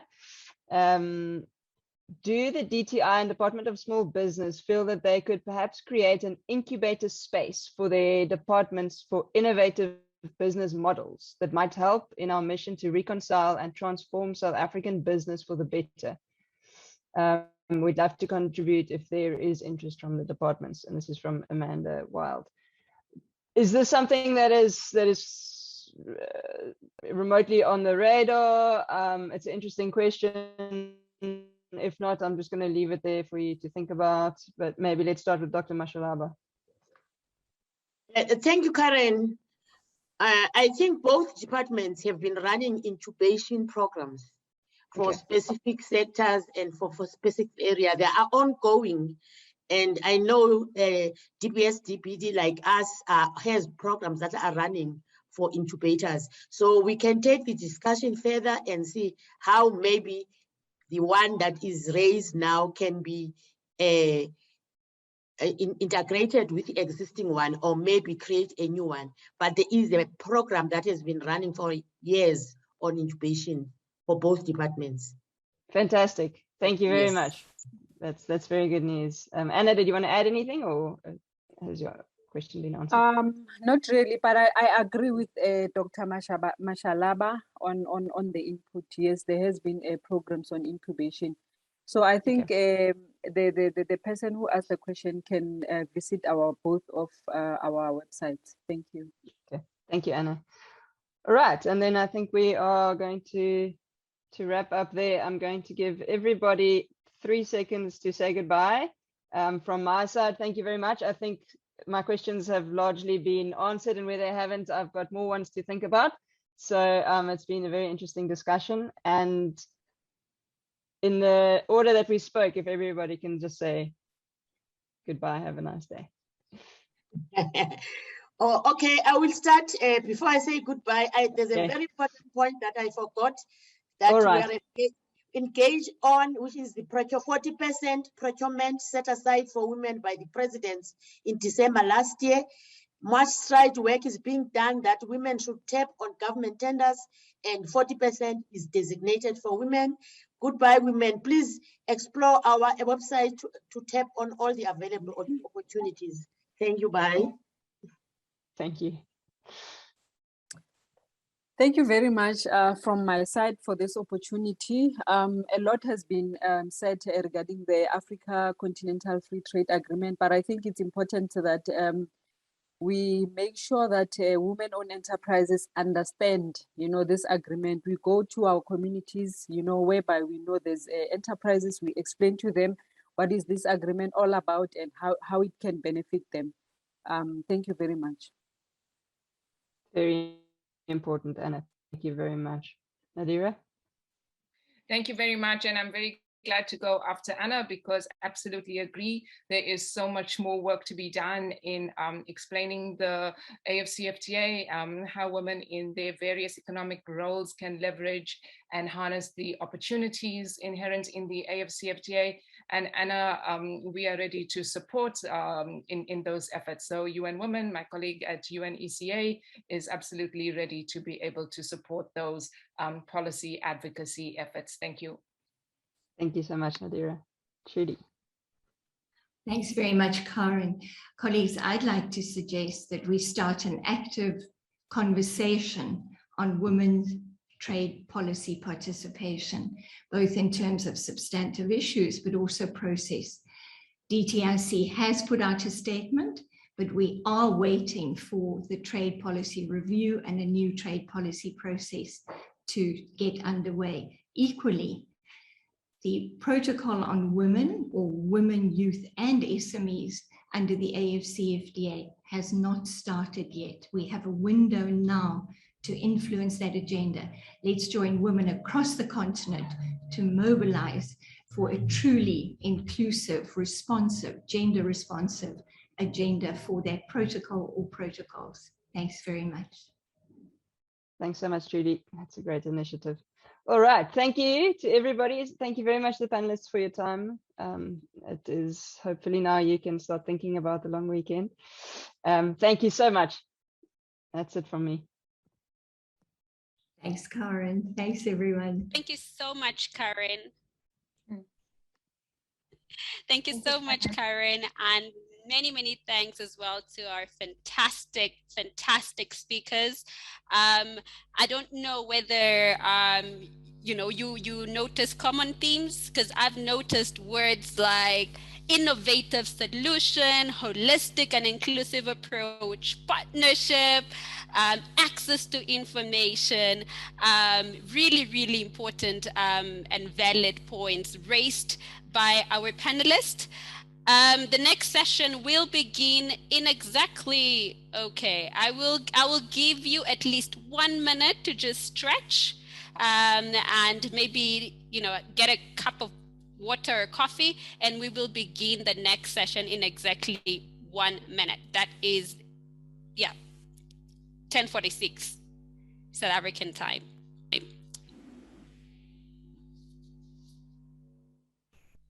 In the meantime, we will play a video in this 1 minute. Please feel free to stretch. Trade is changing.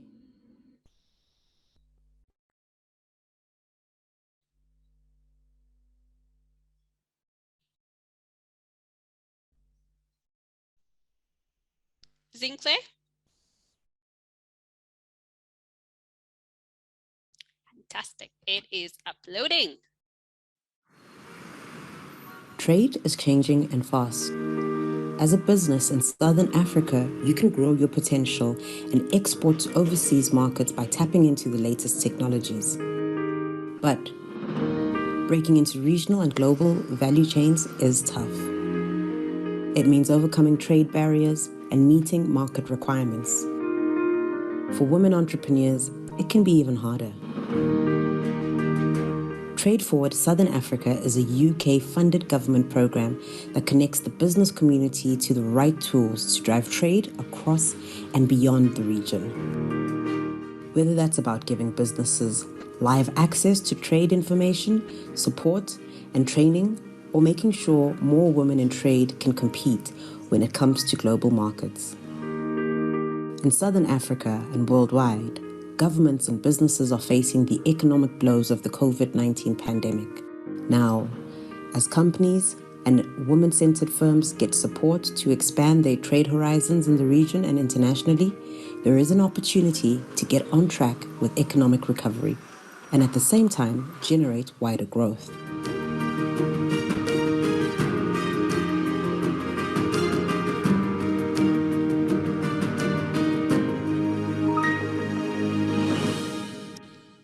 Thank you so much, Sinclair, for that video.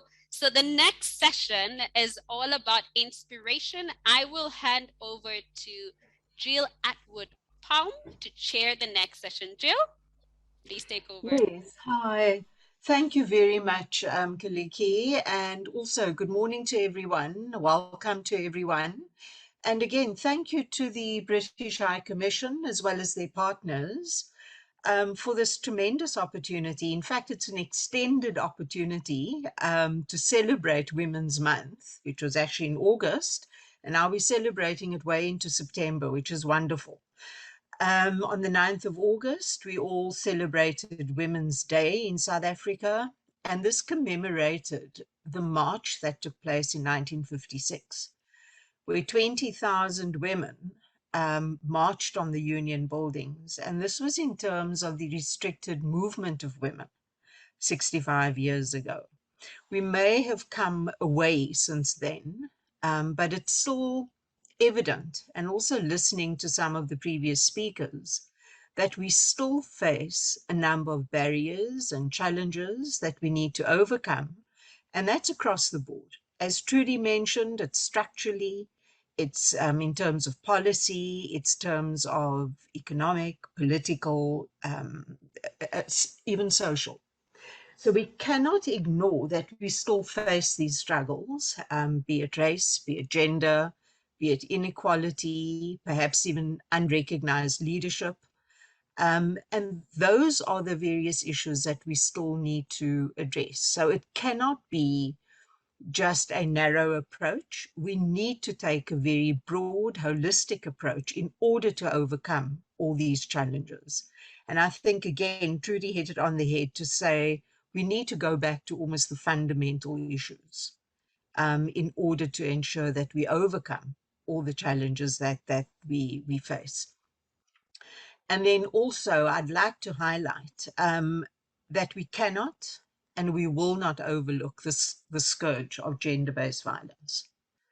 And this is, you know, in our lives, it's something that we need to recognize, and it's something that we actively need to address moving forward in order to break the cycle, especially for our girl children.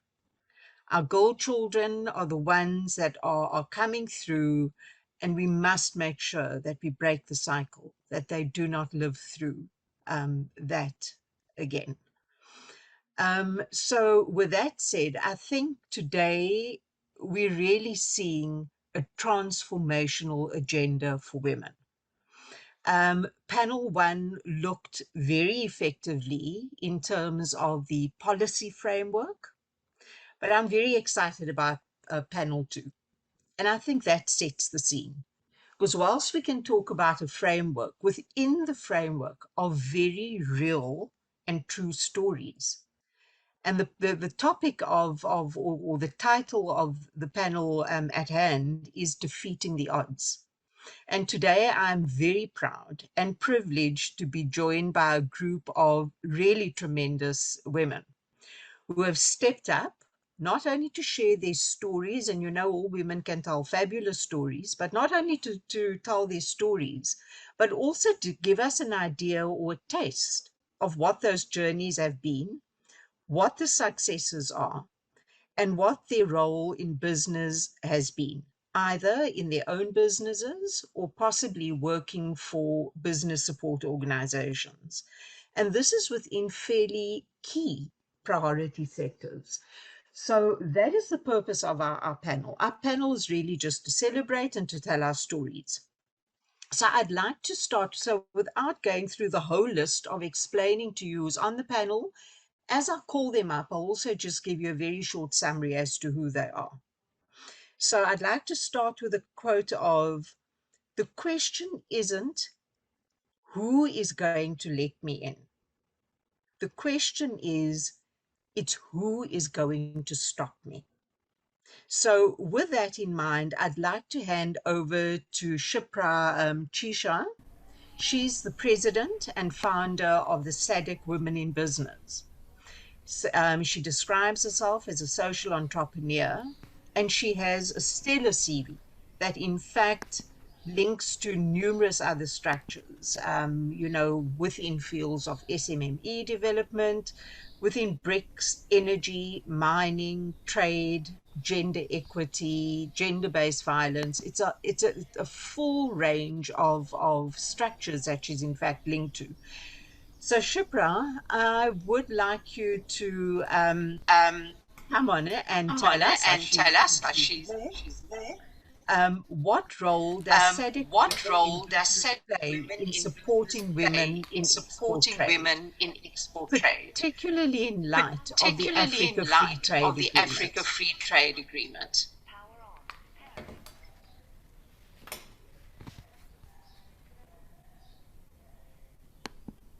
Thank you, Jill. Am I audible?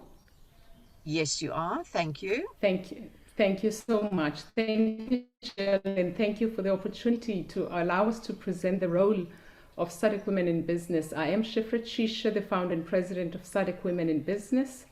And just to answer your question, you know, our thinking is if women indeed are half of the world's population and have been disempowered, at best, you know, deliberately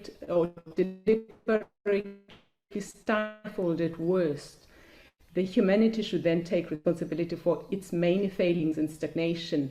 So in other words, Jill, we have collectively ensured that 50% of the world's population potentially is made redundant. That is the situation currently, and this should not be the case. So local and international trade has been cited as the key engine to poverty reduction and economic development, yet many countries have still not affirmed or affirmatively allowed women to access meaningful trade beyond having prices at roadside stalls and related activities that make up the informal sector. And again, this should not be so. So I strongly align with the World Bank Managing Director, Mars Pengestu, who said, amongst other things, that trade can expand women's role in the economy and decrease disparities with men by giving women more and better employment opportunities. Seizing these opportunities will be even more important in the post-COVID-19 world, as it has been mentioned today by my colleagues. So indeed, there is no better time than today to close this ever-widening gap, Jill, such as the wide gap, or wide gap that the SADC Women in Business is out to close permanently.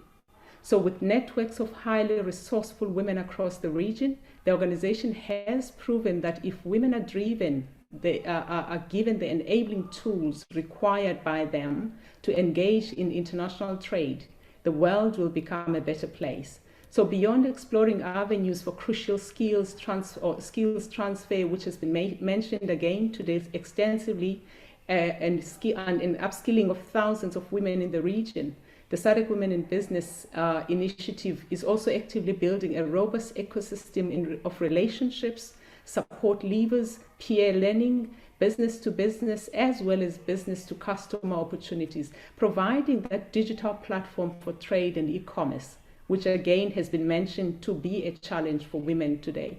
So these initiatives, lastly, are aimed at a more mutually beneficial collaboration that will provide members, and indeed all women, access to starting, expanding, or diversifying their businesses or their business interests in priority sectors such as mining, mining and beneficiation, energy, ICT, infrastructure, and manufacturing, and others. So our intention is to push Africa's women into international trade arena, to connect them with opportunities, and to link them with the most mutually beneficial partnerships possible that will benefit them. Thank you. Shipra, thank you very much for that. And I think you already touched on the natural question that I was going to ask next, and that is in terms of the challenges that we face. But you've indicated some of those challenges and how it is very critical for us to close those gaps. But what you've definitely touched on is the need for us to align with the right partners. And I picked up from your profile that you work very closely with NEPAD, which is the new partnership for Africa's development. What do you see as the critical role that allies can play in supporting women exporters? Thank you, Jill. And just on the challenges, there's three things I also would like to highlight. And those have been mentioned again extensively: the low level of business skills, financial literacy that our women are experiencing, contract negotiation, understanding the market landscape and specific products, understanding imports and exports, as well as the tax system, and the lack of access to finance that was mentioned by Trudy and Nadira, poor education, and also how we can make sure that we facilitate that, and again, policy inadequacy. Now, coming to your question on our role and our relationship with NEPAD, our view is that if the other half of humanity cannot succeed without meaningful partnerships across border, even with all these bias, then it becomes even more difficult, if not possible, for women to achieve anything meaningful without such cross-border networks and partnerships. So our leadership team at the SADC Women in Business is always seeking meaningful as well as mutual beneficial partnerships like NEPAD Business Foundation, like the SADC Business Council, and many others we currently work with. It is our belief from our side that such networks hold the key to progress for women and also said otherwise women can leverage on the already existing business systems, processes, and opportunities instead of struggling to start from scratch, such as partnerships with the Trade Forward Southern Africa that we have that enable our women to gain the skills required. So in terms of getting our ever industrious women the right skills, education, access to finance, technology, and many other critical items, they need to start to forge ahead and stay on track. So we depend on our partners to do this crucial role and also to extend these extensive networks. So indeed, our allies are our backbone, and without which we cannot do anything. Fantastic. Thank you very much, Shipra. I certainly wish that we could have had more time, because there's so many elements in terms of your experience that we could have also touched on. But I'm so pleased that people here today have also met you. And I'm sure going forward, there are many other touch points that we can, in fact, get to. But what I'd like to move to our next, the next person on the panel, and that is Teresa Moller. And Teresa, if we can just have your camera on and your microphone, and if you are ready. Teresa Moller is in fact the Executive Director of COCOSA, which is the Cosmetics Export Council of South Africa. The COCOSA is in fact one of a number of export councils that's in fact in a private partnership with the Department of Trade and Industry. Teresa, she has certainly picked up a lot of experience from various travels and has gained invaluable experience and expertise in terms of global trade, exports, as well as imports. So I'd like to, in fact, hand over to Teresa. And Teresa, do we have you online? Yes, thank you, Jill. Oh, there you are. Fantastic. So, Teresa, we all know that, and we've worked together for many years, which is fantastic. So I know exactly. And Teresa's motto is always, keep your heels, your head, and your standards high. And I think that's exactly the way that I do know you. So we all know that the cosmetics industry is certainly and has always been a massive industry. And still remains a growing industry with huge market opportunities, not only in the established markets, but also in the new emerging markets. So what really excites you about the future of the cosmetic industry, and what opportunities are out there for our women entrepreneurs? Jill, thank you. And thank you to all the other speakers. And thank you for the opportunity to speak here. As you've mentioned, COCOSA does work closely. We work closely with our business partners, where we align ourselves for certain events, etc. The excitement for me is that there certainly is a place for women in business. Especially our women in trade and cross-border trade. I think there are many opportunities, and we've heard from our first group of panelists what is available out there. And I think sometimes part of that is that we are not aware of what is out there. And quite often we don't know where to go to, who to speak to, where are the resources. I think from a COCOSA point of view, we certainly do identify that the women in business, we have aligned ourselves quite closely as well with some of the chambers. Specifically, I speak of the Joburg Chamber, where we have a partnership, where we have a women's desk. We run a women's desk with them to promote specifically in this sector, the women in business. So we've looked at that opportunity. And just as a note is that, when we were looking at the role and the player, there is a role for women in business. There is so much to be had, so much to be said for what is available for them. But I think women have always, I don't know if it's inherent in us as women, as a secondary role, as a secondary space. They've never seemed to have had the voice. And yet, with the assessments done and women done, South African themselves have the highest percentage of women entrepreneurs, South Africa.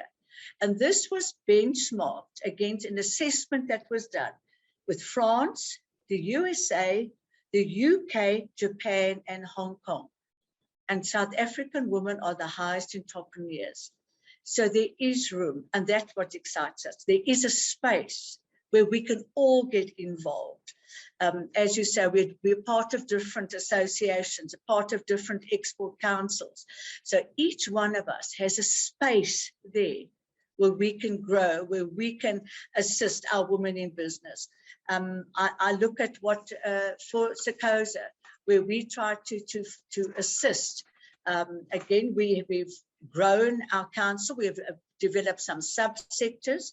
We have a retail sector where we work with, in that space of women in business, women in trade, within the retail sector.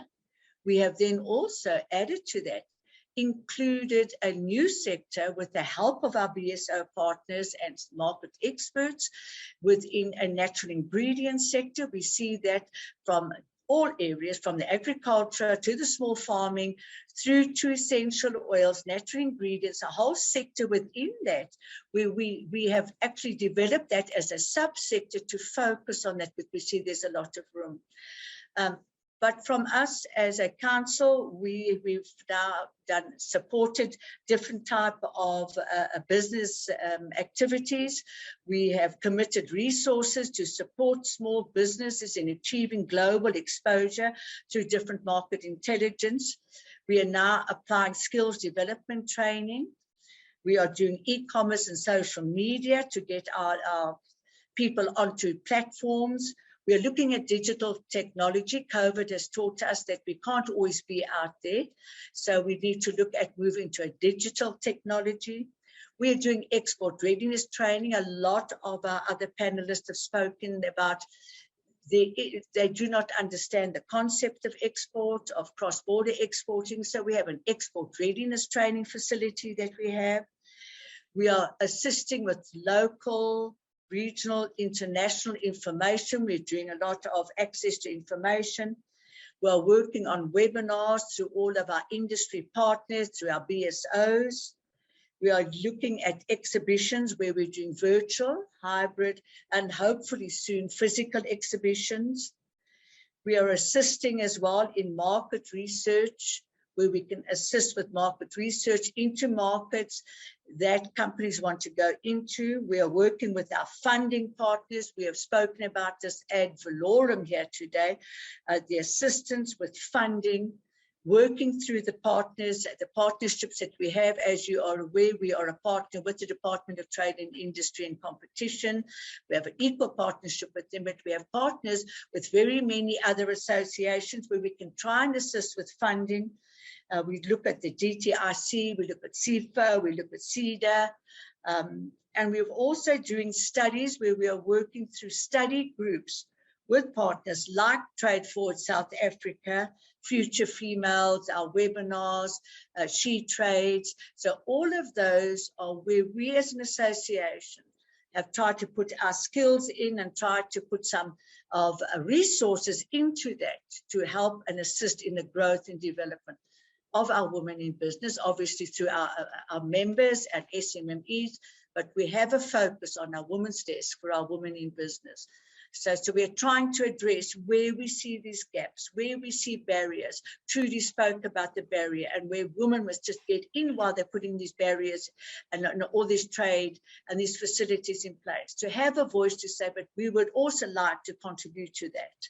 Thank you very much, Jill. Thank you for the time. No, thank you very much, Teresa. And, you know, as an export council ourselves, we may represent a totally different industry, but certainly I can re-echo what you've just shared, Teresa, that the benefit of these organized business support organizations, in our case, in the Export Council, certainly strengthens the profile of the various industries that we represent. It also unifies our voice. And in respect of making motivations to government, be it in terms of trade policy, be it in terms of trade agreements, it provides that channel in terms of unifying the industry's voice. And then lastly, it is a practical vehicle for the implementation of projects and programs through a very effective public-private partnership. So Teresa, thank you very much for highlighting that, and I can certainly re-echo what you've just said. So if we can, I'm very cognizant of time, so I would like to move on to our next speaker, and that is Fumalani Ratchetanga of Fruit South Africa. She, in fact, is the CEO of Fruit South Africa. And if I can just check if we have Fumalani online and if she's ready with a microphone and her camera. Fruit South Africa is, in fact, the umbrella body for a number of other organizations or related organizations within the fruit sector. So it's from table grapes to citrus to subtropical fruit, etc. She has an extensive career in agriculture, and she also holds a master's degree in agriculture. And she's held several other key positions within the South African Confederation of Agri-Unions, Department of Agriculture, Land Reform and Rural Development, as well as the PPECB, which is one of our export control boards. So over to you, Fumalani. And the first question I'd like to pose to you is, from your, I mean, you've got a sterling career of 18 years within the agri sector, and you're now the CEO of Fruit South Africa. So we'd really like to hear more about your very own personal journey within the sector and what has really brought you into this role. So over to you, Fumalani. Thank you, Jill, for the introduction. And I'd also like to thank the organizers for the invitation and the opportunity to share from my perspective. I think it all started when I was studying. I studied plant protection. That was my major. It was a 4-year agriculture degree. And then when I was exposed to the fresh produce industry. And then I really took a liking to it. And then in my 3rd year, I was awarded a bursary by the PPECB, the Perishable Products Export Control Board. So consequently, when I finished my degree, I worked for the PPECB as an assessor. And then I was based in the Nelspruit area. So I worked with various fruit types while I was there. And then I also go to the Cape, during the deciduous fruit season. So while with the PPECB, I really developed a liking, to international trade and everything that came with it. So I learned a lot through own reading and so forth. After the PPECB, I worked for the Department of Agriculture, Land Reform and Rural Development. Then I was exposed to the policy space there as well. And then from the Agriculture Department, I then joined SACAO, which Jill mentioned in full there. There I was also exposed to different kinds of agriculture because the Confederation has membership throughout Southern Africa.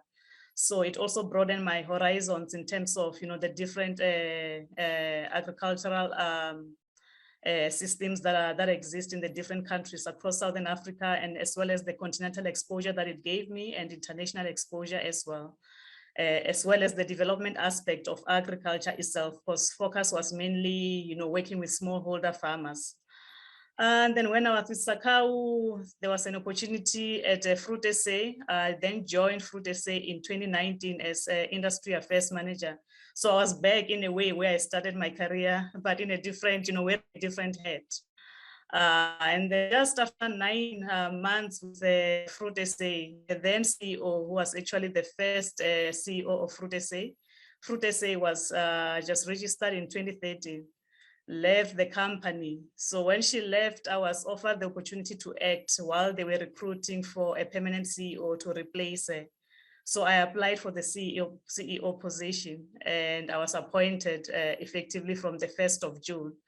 And I think, that's where I am now today. And I think what really assisted throughout my career in my journey is, having people believing in you And I must say some of my bosses, actually all my bosses except the previous CEO of Fruit SA were men. So, the opportunities that they gave me while I was employed and under their wings, and then the mentorship and the advice that they gave me throughout my career, I think that shaped me to, be able to take the position that I'm occupying at the moment. I think it was also that really contributed, and then I was exposed by what they allowed me to do when I was under their employment. So that was my journey in a nutshell. Thank you. Thanks very much for that, Fumalani. Being in agriculture myself, I can also, so many things that you've said has touched a couple of points with me too. I think there's so few women still within agriculture, and it's wonderful when I can share my stories, and I'm listening to yours, that we can talk about the attributes of agriculture and the huge benefits of agriculture and agri-processing that is out there for women. And particularly we saw during COVID times what a critical role agriculture played in terms of ensuring food security.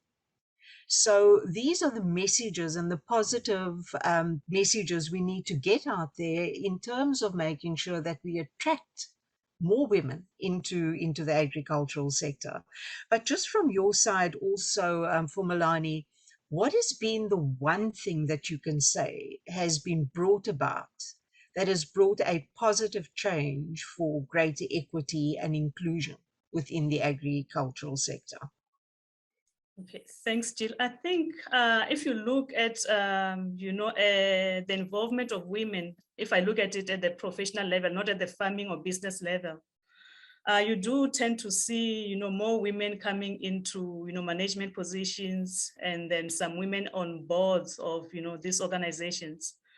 I think that is, to me, it signifies that, there are changes in terms of recognizing the role that women play, in the business world, and the fact that women can be recognized as equal partners, in terms of the professional role that they play. So I think that, to me, that is one of the big changes that I've been seeing over the years. Yeah, I can say that I'm really seeing that in a lot of organizations, there are more women, getting involved in these positions of power and influence. So I think this is something that we need to build on and encourage each other as women to say, no, we have what it takes to be like our male counterparts. Thank you. Wonderful. Thank you, Fumalani. Thank you for your time, and thank you for those very wise words. Highly appreciated. And then over to our next speaker, we've got Linda Mavambu. I don't know if she's also connected and online and ready to present to us as well.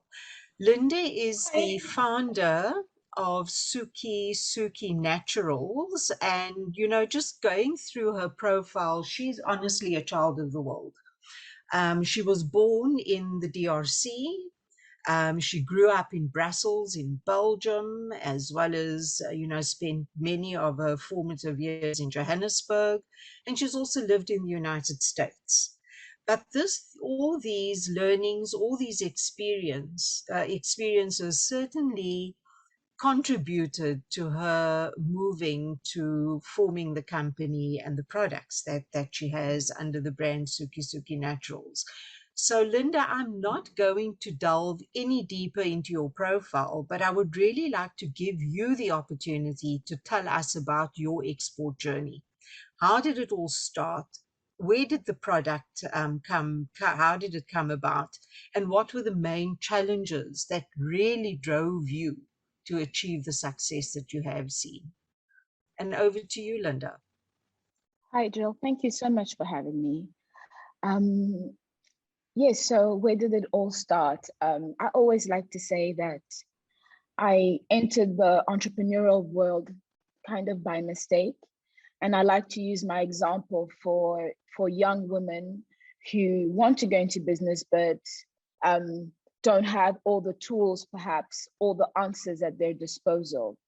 to enter into the business, into the business that they wish to enter. And with me, it was really, my story was a very simple one. I was just looking to grow my hair naturally back in 2010. And I really wanted to just stay away from chemicals, stay away from anything that could be harmful to me. And I couldn't find anything on the market to assist with, hair growth, hair health. So I decided to make my own concoctions at home. And it was really never to sell to anyone, but friends and family liked what, saw for themselves that my hair was growing. So they wanted to try what I was trying. And I ended up making so many batches for different people that I thought to myself, maybe there's a product here, maybe there's an opportunity.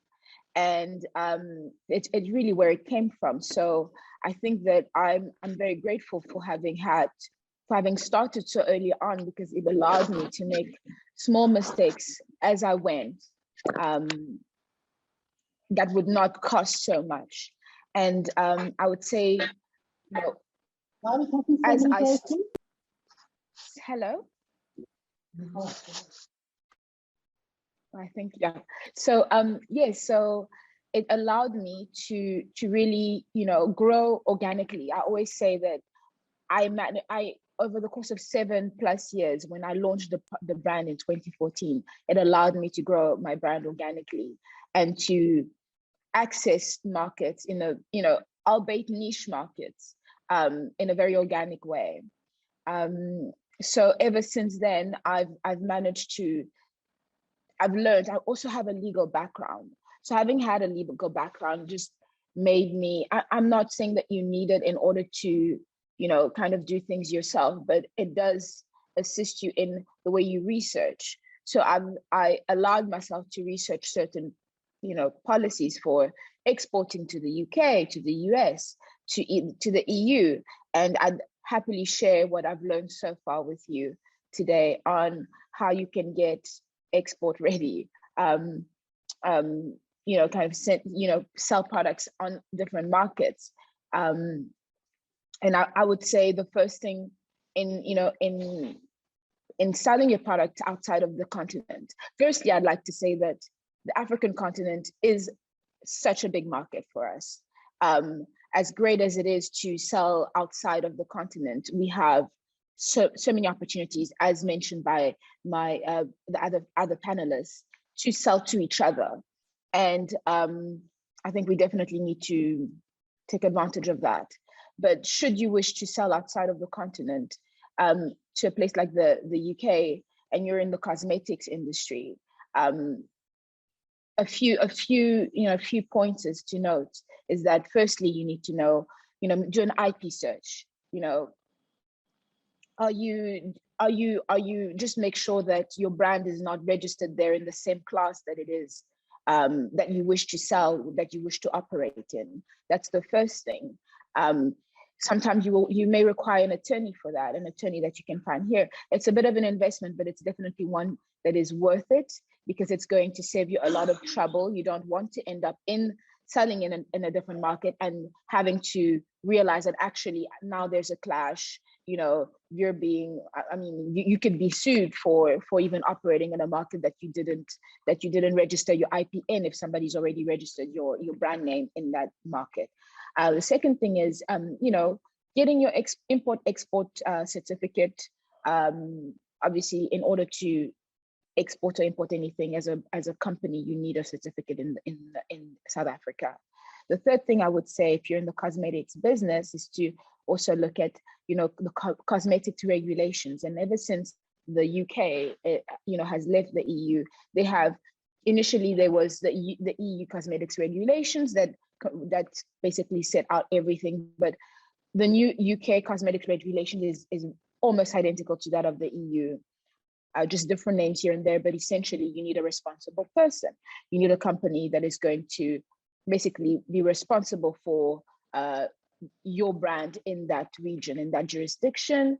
You need to make sure that you've given all the information surrounding your formulas, the stability of your product, any challenges around that, and not to go into too much detail around the cosmetics, but essentially you need to be compliant. You need to do a formula review, a label review, and talk about the list of the ingredients that you have. Make sure that you're not using the wrong claims, because different claims attach to different jurisdictions. For instance, in the EU, and I'm not sure if this is the case in the UK, but in the EU you can't use the phrase paraben free that we see every day here, because it's a buzzword. It speaks to being natural, it speaks to being non-toxic. In the EU you're not allowed to. So all of that is research and just preparing yourself. You need to have a product information file per product that you sell, and ultimately you need to notify your product on the SCMP. So that is, this is the information surrounding cosmetics regulations that you should know before you sell cosmetics in that region. But obviously, if you operate in a different business, do your research. I always say, just do your research, or hire someone who can do your research for you if you can't afford to. If you can afford to. I would also say that, obviously knowing how you want to distribute in that region.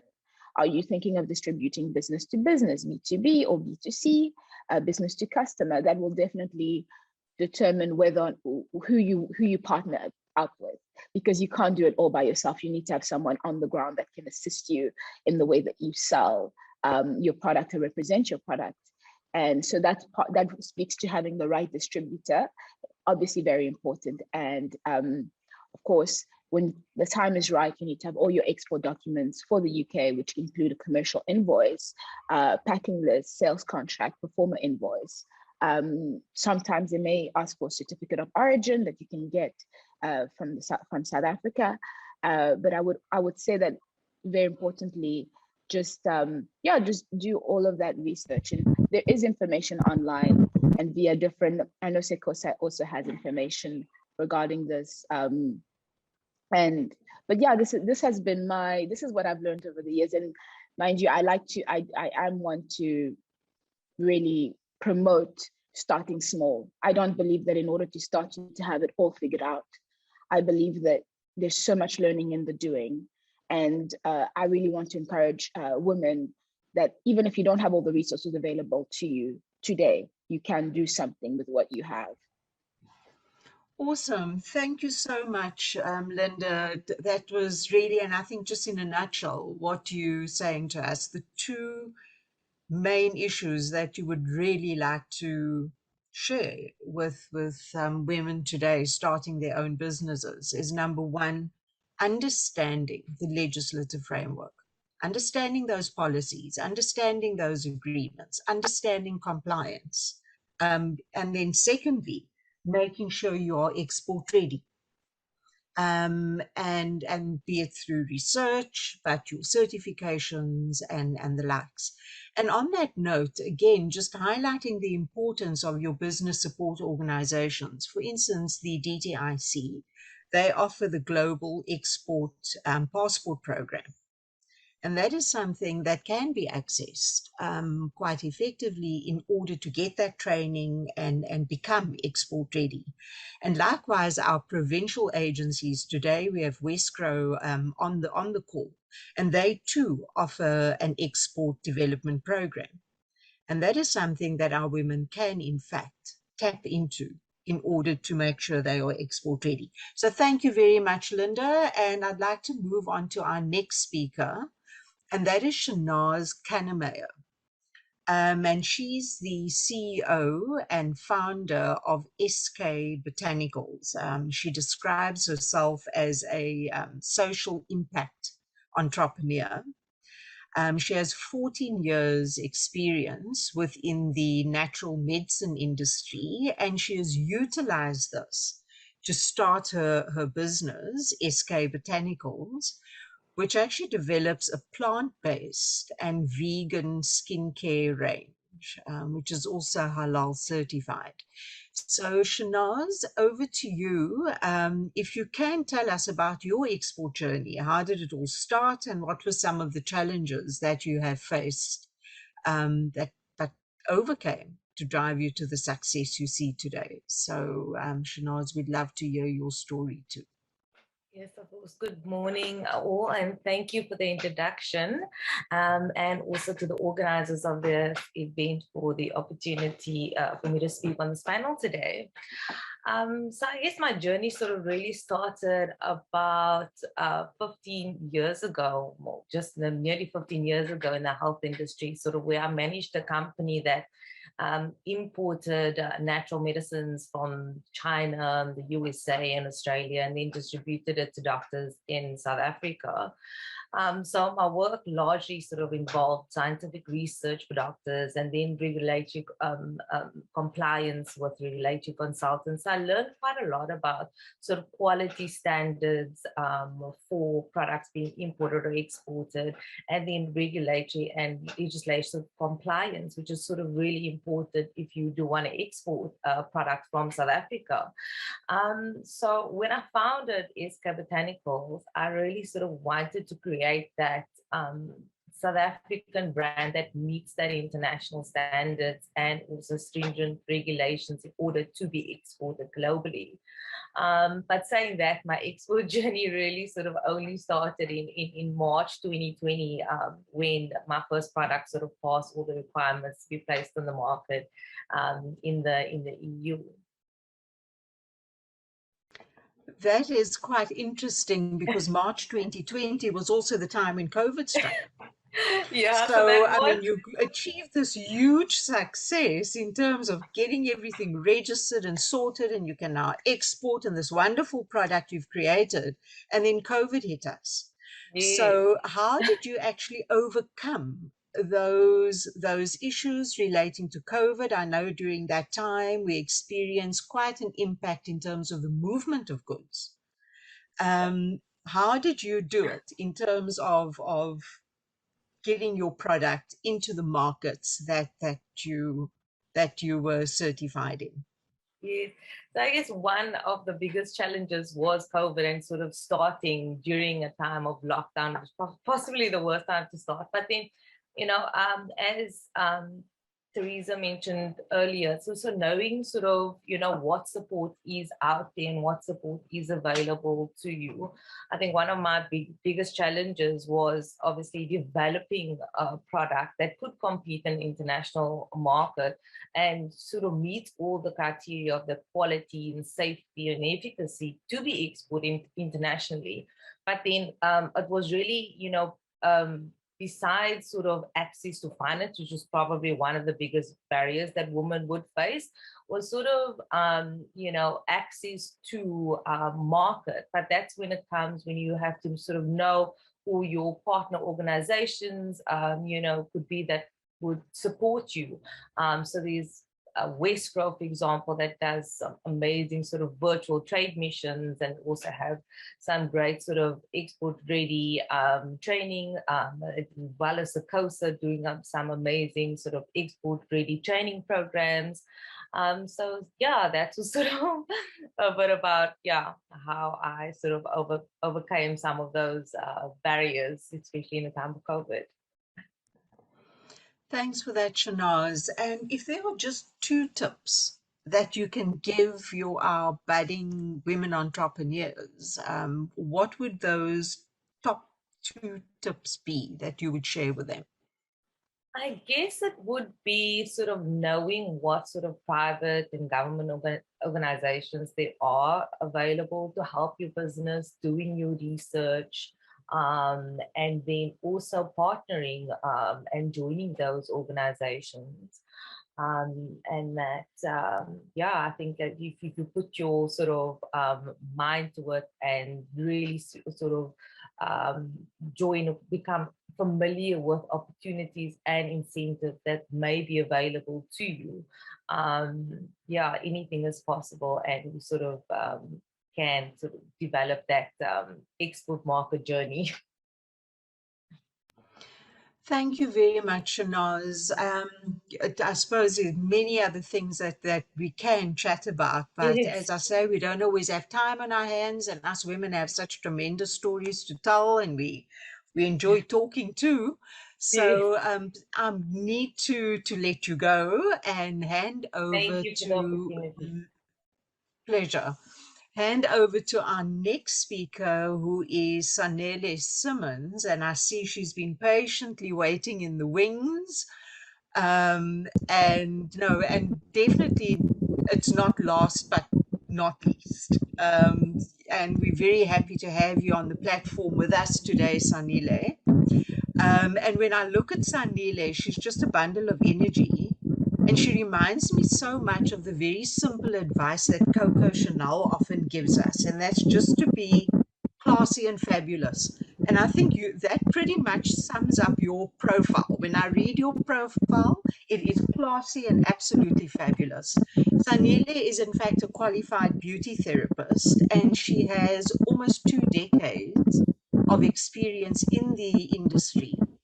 She's also a professional model, and hence the reason why I say she's absolutely classy and fabulous. She's a professional model, and she's worked on jobs across all different types of media.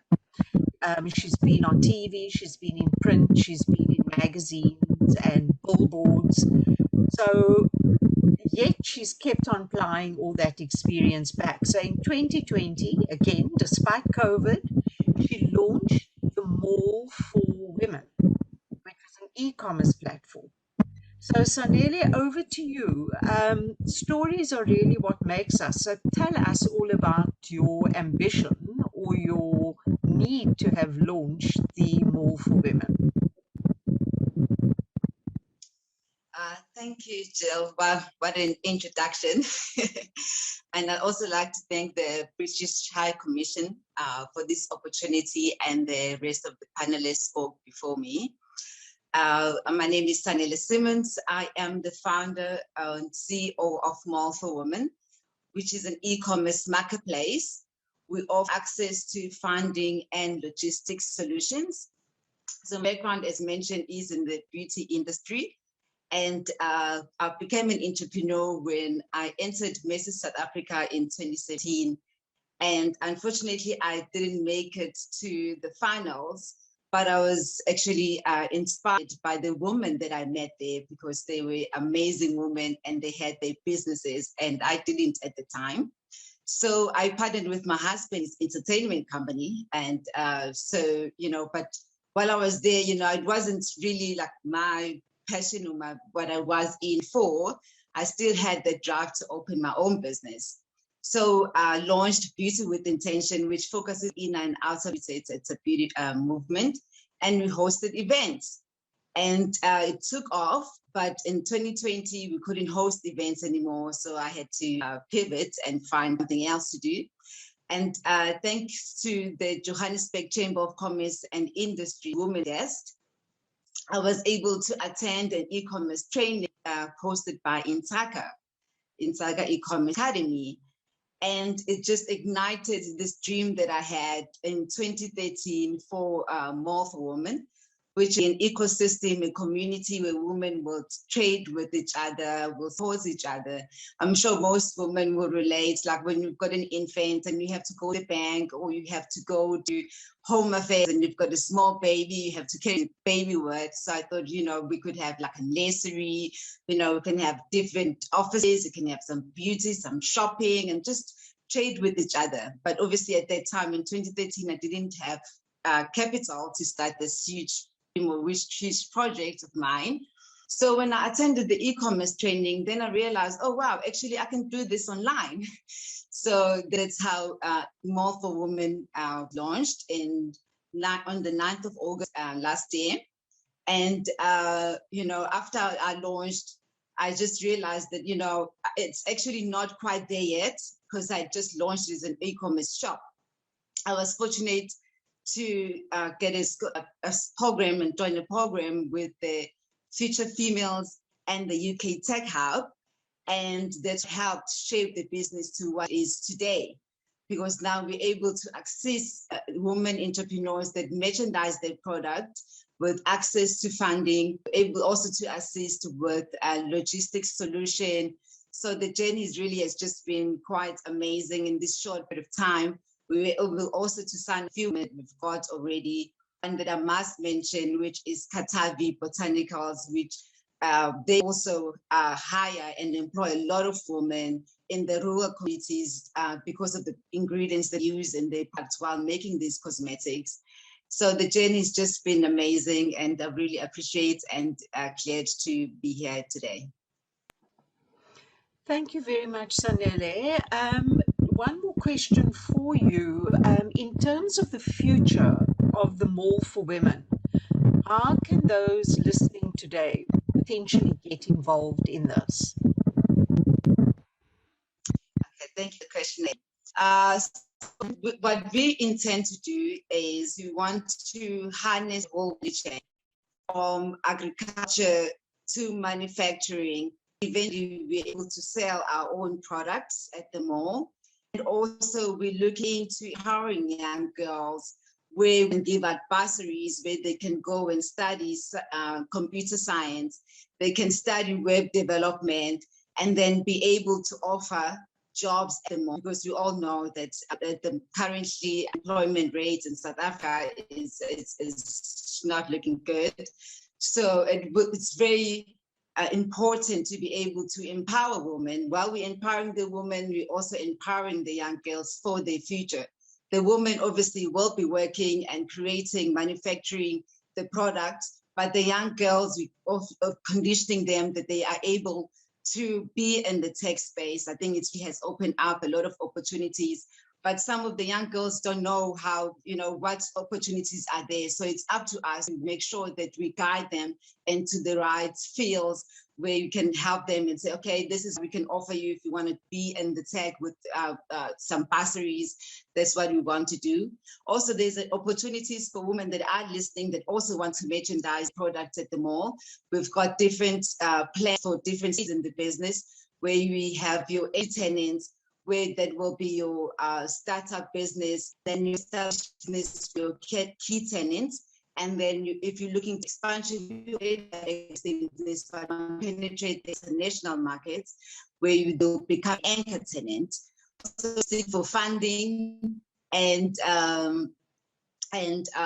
investors, and also opening up other departments. Currently, we have 9 departments: hair, fashion, beauty, but obviously we'll to put more departments there where we can also, even with food and beverages.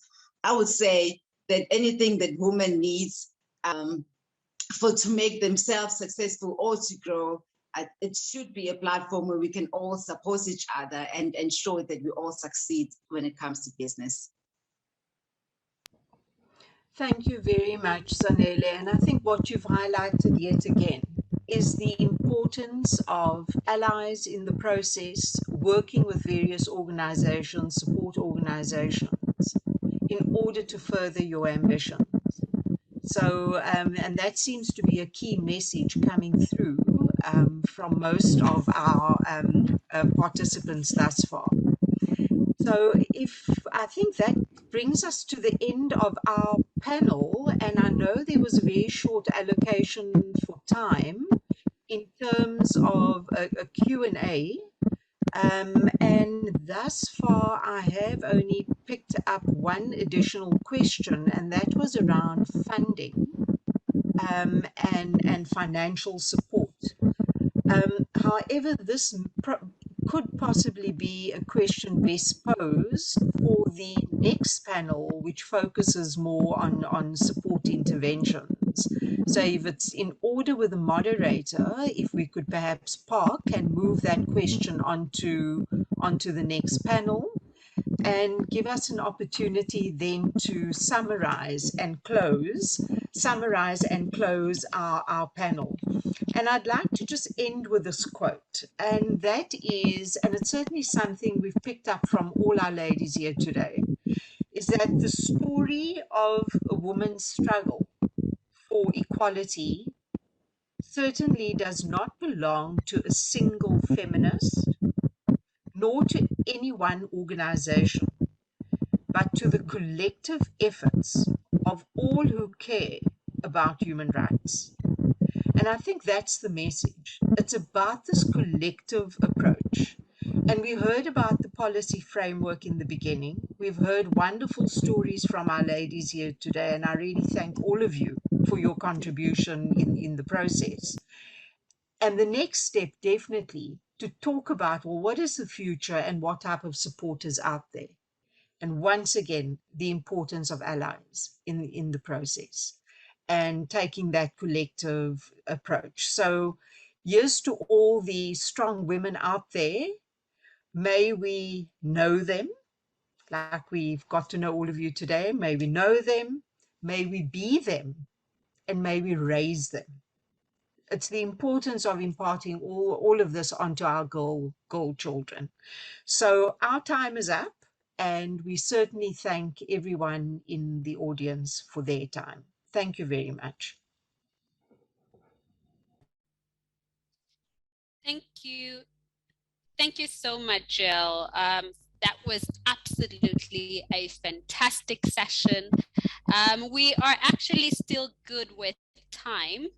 And so perhaps if, Jill, if it's okay with you, for just the speakers to say a few 1 second goodbye or message that they would love to leave the panelists with. Jill, if that's okay with you. Yes, certainly. I'm here, and maybe just in the sequence that they have spoken, if we can give them their 3 seconds. So from Shipra. Thank you, Jill. Thank you very much for the opportunity to contribute to these key issues, and I hope that the outcome will further put some required progress in the foot of SADC women in business as well as African women in business, thus giving us, all of us, a voice in international trade.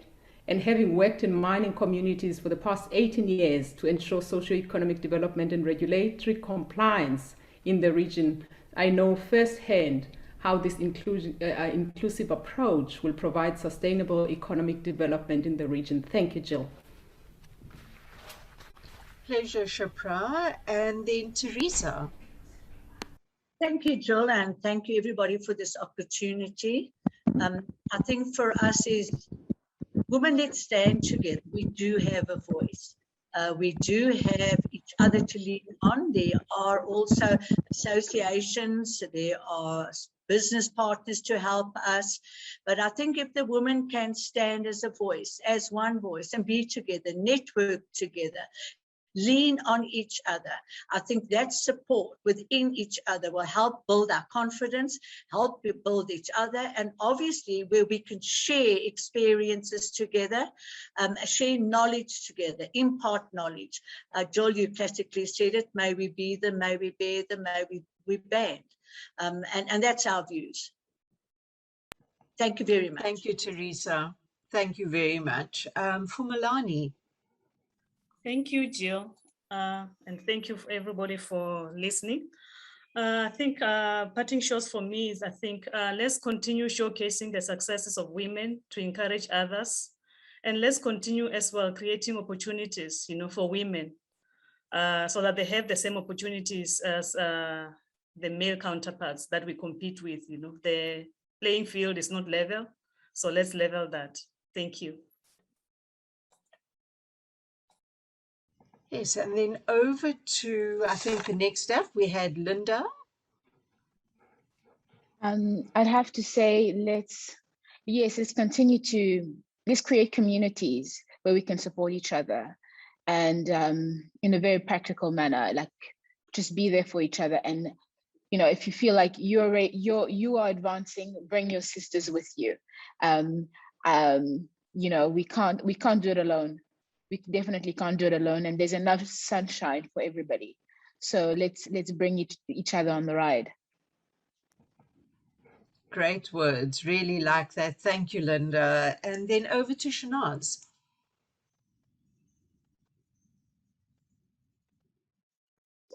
Shanaz. Hi, sorry, There we go. My mute for a moment. So I think as women, we have come far, but we still have a very long time to go.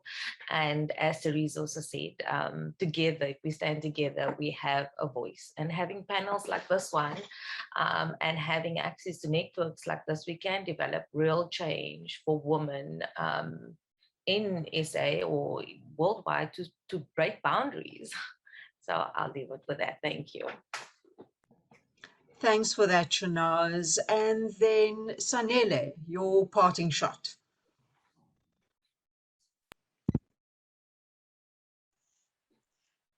Okay, I just want to say, I also with the list, this is our time. Let's use all the opportunities we have. Let's start where we are right now. And I believe that in the next couple of years, we will achieve that. And let's support each other, get together, and grow each other's businesses. Thank you. You know, you ladies have really been absolutely tremendous, and I can only but thank you for the very positive spirit that you really approached this topic. We didn't really have much time to talk in depth before this, but I think we all approached the topic in a very like-minded manner, and that is strength. That alone is strength. So thank you to all of you, and once again, a big thank you to the British High Commission and all the partners for giving us this platform. Thank you. Thank you so much, Jill, and many thanks again to our speakers and panelists. We are truly inspired. So it's currently 11:50, and I understand that it has been quite a while, so I want to give you minutes to just spread to process the information that you just received and just maybe get a cup of water. So for now, we're going to play a short clip video on the Trade Forward Southern Africa, and then we'll resume exactly at 12:50. So the next session is Building the Future, Maximizing Opportunities for Women in Export Trade. Don't want to miss this.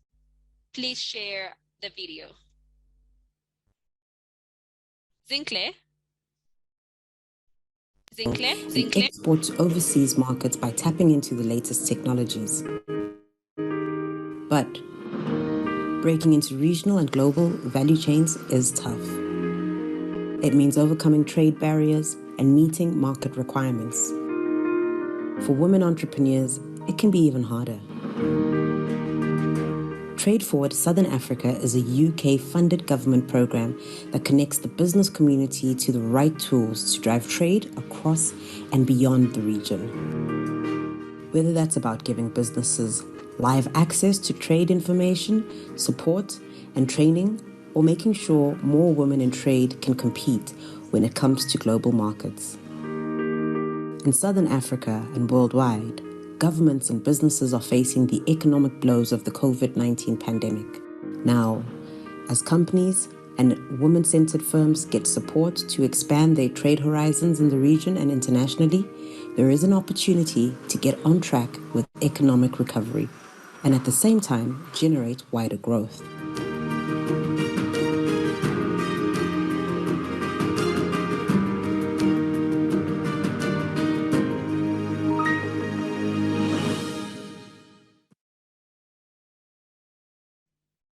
Fantastic. We still have 3 more minutes. Some people are still getting some water and stretching. So Zinclair, if you can just replay that short clip again while we get ready for the next session. Thank you.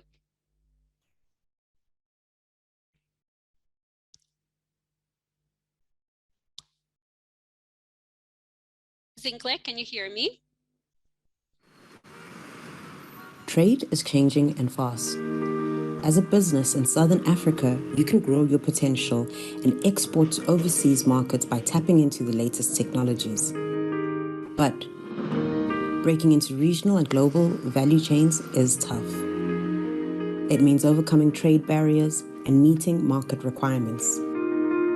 For women entrepreneurs, it can be even harder.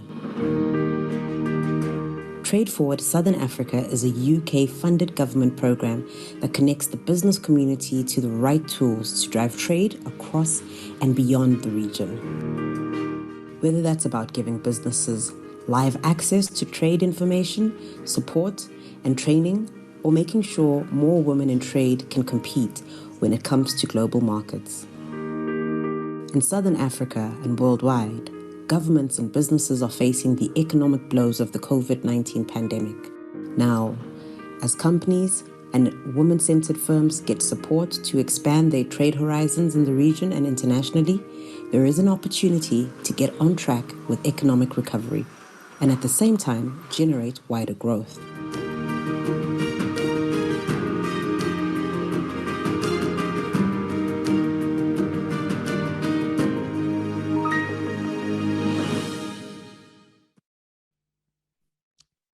Thank you so much, Sinclair. I actually just want to acknowledge our lovely participants.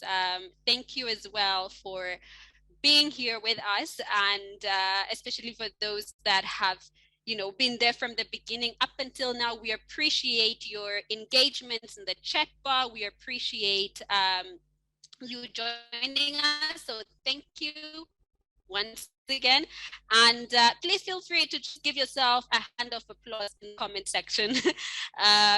Yeah, the next session, the purpose is really to give you a range of support offered from the different organization institutions to female entrepreneurs looking to or on their export journey. The panel is themed Building the Future, Maximizing Opportunities for Women in Export Trade. Beryl, Beryl will be chairing this session. Beryl, over to you. Thank you. Thank you, Kaliki. Hi, everyone. I'm really excited to chair this session that's got 6 amazing women who are going to be sharing information that we need to enhance women's participation in export trade. So look forward to that. And then I'll take it back to an insight that Shanaz shared in the previous panel discussions. She said that an enabling factor for women in export trade, I'm not saying it word for word, but that insight really sat with me, is access to information.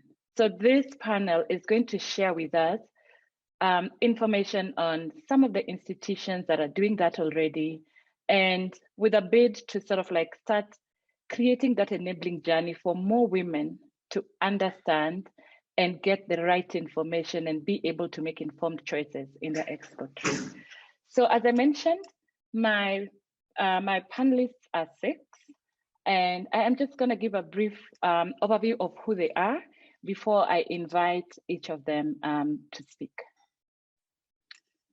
So on the panel, I've got Erica Joubert. Erica, if you could just turn on your video and wave. Erica is the head of export promotion and outward foreign direct investment, OFDI, into Africa at Westgrow.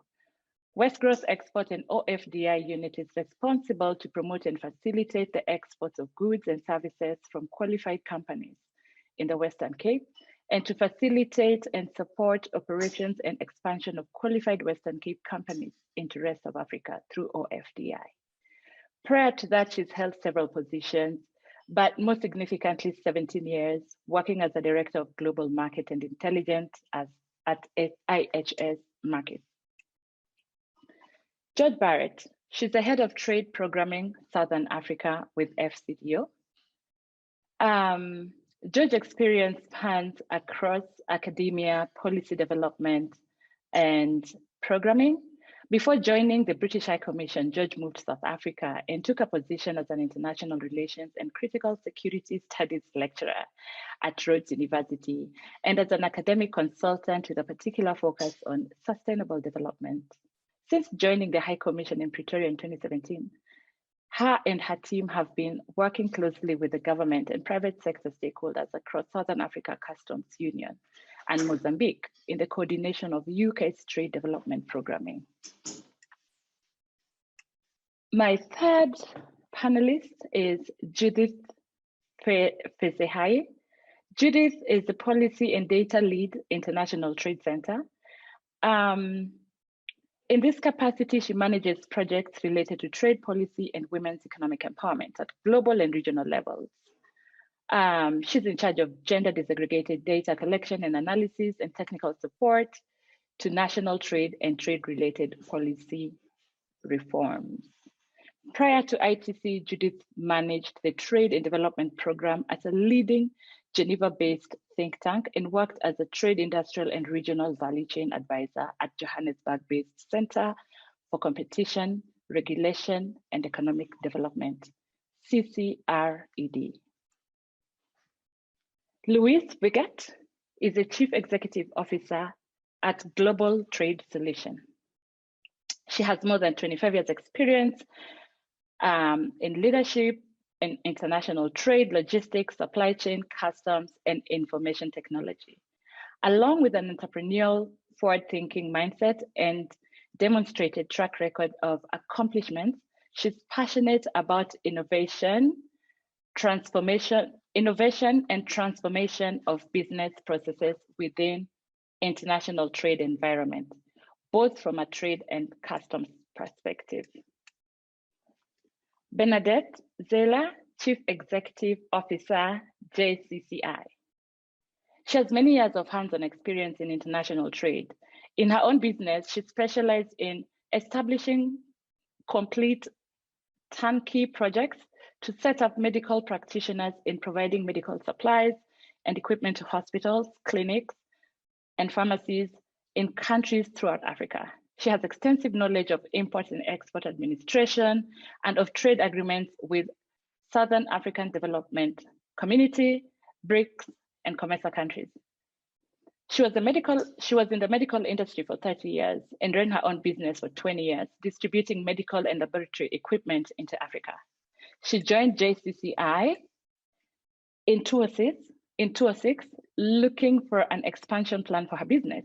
She participated in a program, Access for Women at JCCI, sponsored by International Trade Center and the Canadian government. Through this program and other programs at JCCI, Bernadette traveled to 20 countries in Africa, Cuba, exhibiting at Arab Health in 2016, India, and America. Her company secured major contracts with ministries of health and international donor organizations in Africa, supplying complete turnkey projects to hospitals and clinics. Leah, last but not least is Leah Cherian. She's a specialist program implementation at SEDA South Africa She Trade Hub. Leah is the program implementation specialist for export development in SEDA, SEDA, just in case you mix them up. The project manages the delivery of SEDA's export development program on a national arena.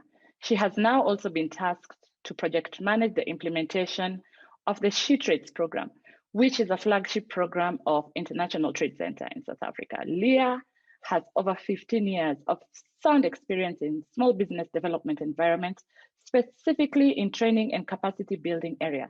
She's passionate of capacitating SMMEs to acquire the knowledge and training required to ensure that they are ready to permeate the national and international market. Furthermore, she is an avid supporter of creating a vibrant entrepreneurial ecosystem that will permit startups, develop existing businesses, and create robust economy, which in turn creates jobs. So without taking that further, I will invite the panelists one by one so that we can go through that information sharing session so that the women can start to understand where they can get support to promote their export trade. I'm going ahead to start with George Barrett. George, I'd like you to share with us what TFSA program is doing to support women over the next year. Thanks so much, Val. Thank you, everybody. As Val has mentioned, I'm the head of trade programming for the UK government based in the Johannesburg office of the British High Commission. And I'm very excited to be here. What an inspirational panel that we've just had, and a really interesting and reflexive panel on, at the beginning.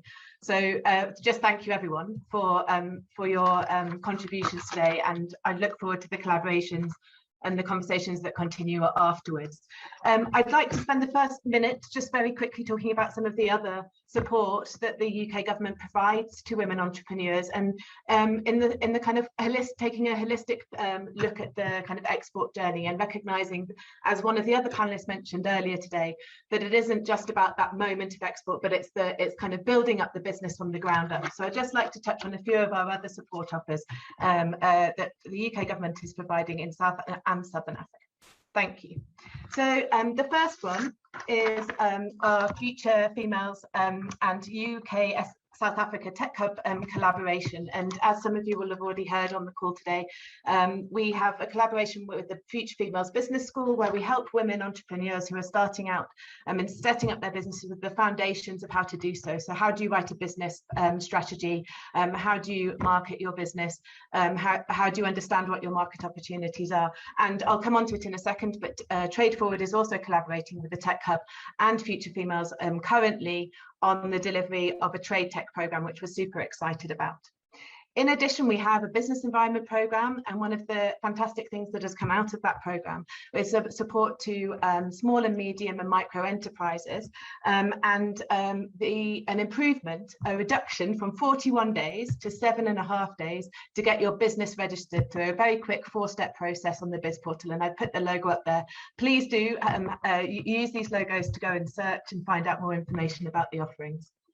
The African Angel Academy, also with the UK South Africa Tech Hub, is about investing and training angel investors, both across the continent in key countries, including South Africa, as well as the UK, to support small entrepreneurs get their businesses up and running and get investment. So we've spoken before about the challenge of getting investment. So the African Angel Academy is one of the avenues through which we're trying to address that gap, although I appreciate it's not direct export financing. And then the Catalyst Fund, which is a collaboration with the JP Morgan Chase and the Rockefeller Philanthropy Advisors. It's a fintech accelerator program that helps innovators create and deliver accessible and affordable, appropriate fintech products. And one of the things that we've been doing through this program is helping 10,000 small-scale traders and spaza shops across South Africa become digitalized over the last couple of years, which has been really an inspiring journey, especially, of course, as we know, the impact of COVID has led to an acceleration of that kind of e-commerce and digitalization. So now I'm going to turn to my main agenda point, which is our flagship Trade Forward Southern Africa program, which I'm really proud to oversee with a fantastic team of advisors and the delivery team, DAI. So this is, as I said, the UK flagship program. It operates over the Southern African Customs Union and Mozambique, and is very much aligned in the policy space to our economic partnership agreement, which came into force with the Southern African Customs Union and Mozambique on the 1st of January this year. Our TFA's main mandate, and this has come from several years of intensive scoping with stakeholders across the region, but we cover 4 key areas. Trade and information, providing technical assistance to increase access to information and trade promotion, to support compliance in selected value chains with market standards, and to provide training in customs processes and procedures. So the key focus areas, as the slide suggests, are around trade promotion and accessing information. And I'm going to do a massive plug for our TFSA hub shortly. Sector support, as I've indicated, around compliance, and then specifically support to women in trade.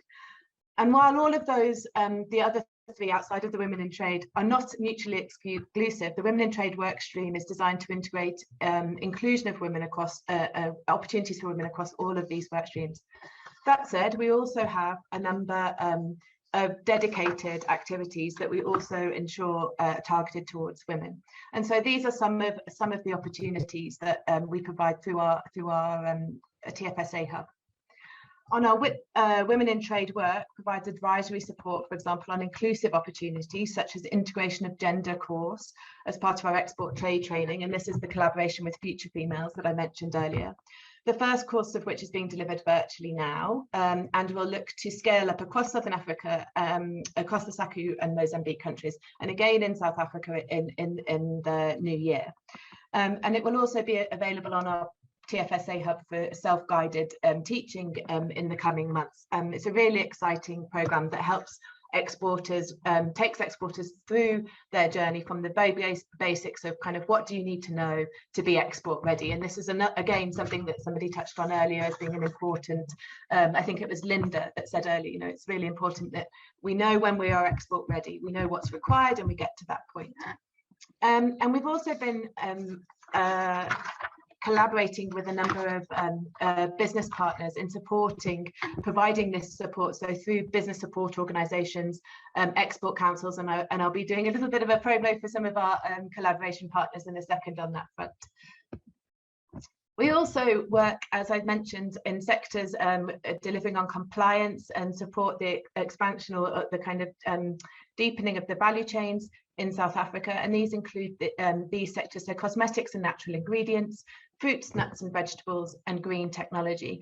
And we've identified these sectors, especially cosmetics and natural ingredients and fruits, nuts and vegetables, as having outsized benefits for women. And this is one of the reasons why these sectors were selected, because we believe that we will have a greater impact in empowering and supporting women entrepreneurs and business owners, and also sectors that are dominated by women as workers for the better. And I just want to say, in response to the kind of changing, you know, the dynamic, when TFSA came on board, or went live, I should say, COVID hit and we went into our first lockdown. And so we've really pivoted our entire program to digital delivery. And one of the things that we've also done is to provide business continuity support through the pandemic on policy advice to governments across the region. And also policy advice on women's inclusion in understanding to make actionable recommendations that can be delivered. And we're very happy to talk and share more information about the work that we're doing, particularly on the sectors. So if you are working in one of these sectors, do get in touch with us or look on our hub, and we'll be able to give you some more advice about how to get your export journey going. I mentioned that we worked with a number of support organisation and collaboration partners. These are on our hub, but I just wanted to say a huge shout out to them because we work fundamentally through business support organisations so that we can reach a larger number of people. And this is by capacitating and increasing the capability of these organisations to meet the needs of their members. And we've had some fantastic collaborations working with Bernadette, who will be presenting shortly on the JCCI, when Wes Grow with Karen and Erica is also presenting shortly, all of those ones that are mentioned there. But we're really looking to expand our collaboration network with business support organisations. So if you represent a business support organisation, please do reach out to us, because we would love to set up a collaboration so that we can support your network and membership better. I've got 2 more slides, I promise, Beryl, and then I will wrap up. So just to plug that our other partners, and this is in terms of delivering technical assistance and training. As I mentioned earlier, we are collaborating with the UK South Africa Tech Hub and the Future Females Business School on the delivery of a trade tech training, which is our export trade training offer that is available virtually through the hub. And this has been delivered in collaboration with the International Trade Institute of Southern Africa. And I'm giving them a plug because actually their work is really incredible. And if you need other extended training, they are an organisation that I think that you should check out their website for. And then finally, Trade Forward Southern Africa, please do go and visit our hub.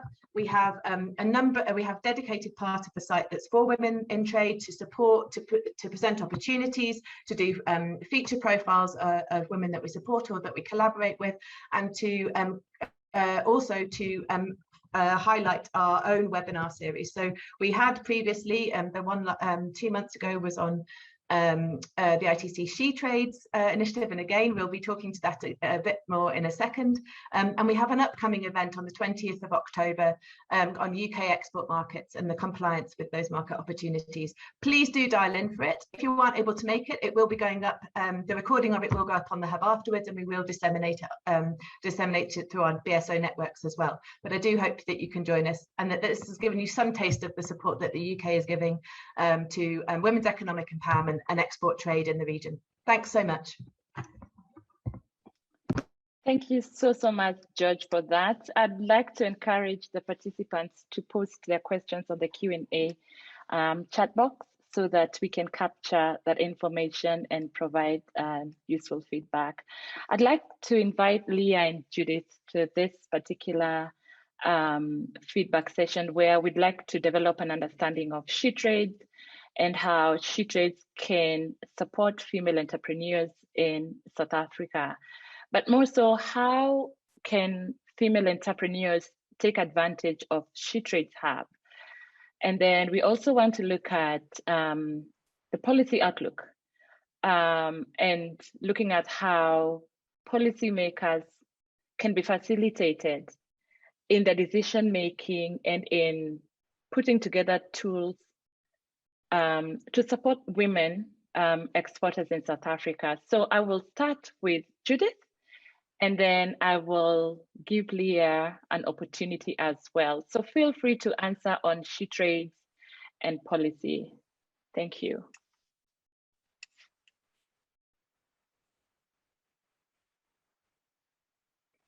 Mute. Thank you very much. Could you confirm that you can see the slides? Yes, excellent.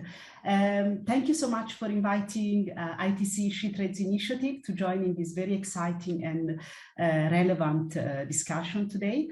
As I said earlier, my name is Judith Pessehaye, and I am Senior Program Officer for the SheTrades Initiative, which is the flagship initiative of the International Trade Center on Women and Trade. For those of you who don't know, the International Trade Center is the joint agency of UNCTAD and the WTO dedicated to supporting the internationalization of SMEs. So let me go straight into into a bit of a background on what is the SheTrades Initiative. We were set up in 2015 with the ambitious goal of connecting 3 million women to market by 2021, and we are very proud to report that we are almost there. How did we do this? Mainly through three types of interventions. The first one is direct work with the women entrepreneurs and with the business support organizations that work on the internationalization of SMEs. We have done a lot of activities online and face-to-face to improve their competitiveness. We have created opportunities for them to meet international buyers and international investors to expand their businesses everywhere. We have generated approximately 140 million US dollars in export opportunities for more than 30,000 women across the globe. The second range of interventions is around policies. So obviously, if we want interventions to be scalable and sustainable, we need to make sure that the policy environment, the business environment in which women operate, is conducive and inclusive and works for them. So in this respect, this is what I want to present today. One of our key tools is the SheTrades Outlook. The second range of interventions is around partnerships, especially with the private sector and with financial institutions, to make sure that their services and their offering are actually aimed at supporting women entrepreneurs. So these partnerships range from Absa Bank to UPS, DHL, eBay, and so forth. Visa, most recently, and the objective is obviously to make sure that they set up specific programs to support women entrepreneurship. All of this is underpinned by our digital platform, which is shetrades.com. We have more than 30,000 women on the platform, including more than 2,000 women from South Africa. And through shetrades.com, women have access to a range of resources, training opportunities, networking opportunities, as well as upcoming resources in terms of access to buyers, B2Bs. So what is SheTrades Outlook? As I mentioned earlier, SheTrades Outlook is our key tools. It underpins all the work of the SheTrades initiative on the policy ecosystem.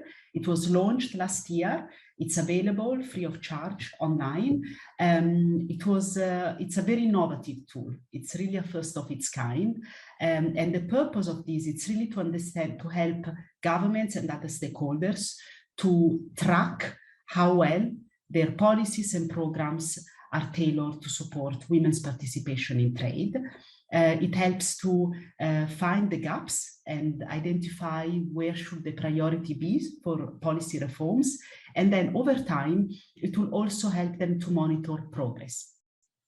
The tool is very innovative, and special thanks go to the UK government for taking a leap of faith in 2018 and deciding to invest in this tool that addresses a major gap out there. The major gap is that most governments are not collecting data on trade and gender, and that makes it very difficult to inform policymaking. So what is the tool? The tool has 83 indicators across 6 policy pillars. Each of these pillars, it's really critical to determine women's participation in the economy. So it's not only about trade policy and the business environment, which is what we are here to discuss today, but we know that women cannot thrive in the domestic economy, in the international trade, if the legal system removes any discriminations in terms of their access to resources, property, bank accounts, etc. If the education system, if the business training system does not provide them with the right skills to thrive in the digital economy and international trade. Access to finance is absolutely critical, as it was repeated several times today. And then a number of indicators around social policies and the work environment. So 6 pillars, 80% of the data is new data. It has never been collected before. And the important thing we always underline is it does not provide a ranking of countries. So it's very different from other tools out there.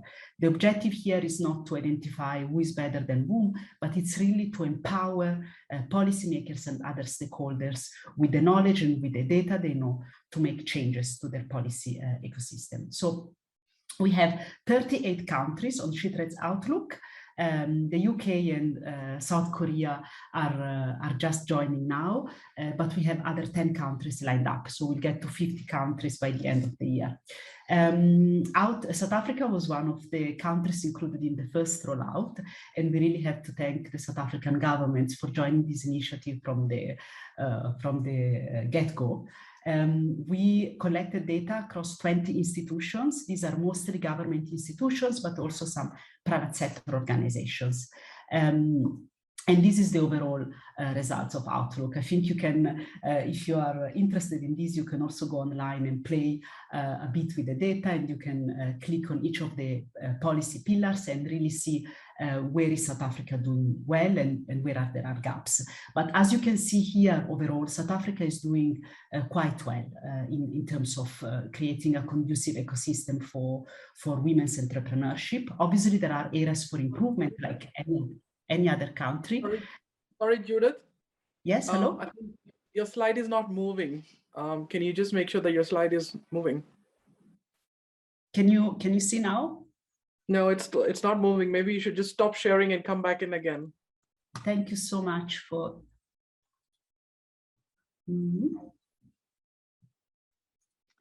Just to let you all know that we'll let Judith go on with the presentation where she is at, and these slides will be shared with the registered participants as earlier suggested. Thank you. Judith, you can go on from where you're at. Judith, put it into slideshow. Oh, yes. Sorry. Yes. Oops. I'm so sorry. I don't know. It was working until... Is it changing now? Yes, it is. If you can just maybe go down at the bottom for slideshow. Yeah, I'm trying to do that, but for some reason.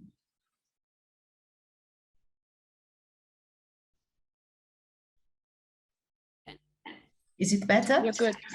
Yeah. Okay. Yeah. Excellent. Is it changing? Yes. Okay, excellent. So this is the overall results for Outlook. I'm really sorry for the technical hiccup. This is the overall results for South Africa. And as you can see, South Africa is doing quite well around the different policy pillars. In particular, it's doing well in terms of the legal framework, the business environment, and access to finance.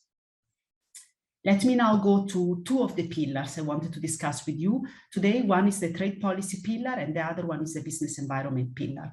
So in terms of trade policy, South Africa is getting some things very right. For example, South Africa has included trade issues in the national policy framework for women economic empowerment and gender equality. And I have to say, not many countries have done that. So creating these linkages between different policy instruments is very, very important. South Africa is also quite good in including gender indicators in the different trade and trade-related policies, as well as mandating the collection of gender disaggregated in national statistics processes. It's also doing quite good in terms of ensuring equal representation of men and women in ministerial positions and national parliaments. And we have also pinpointed some areas where South Africa could do better or could consider doing reforms.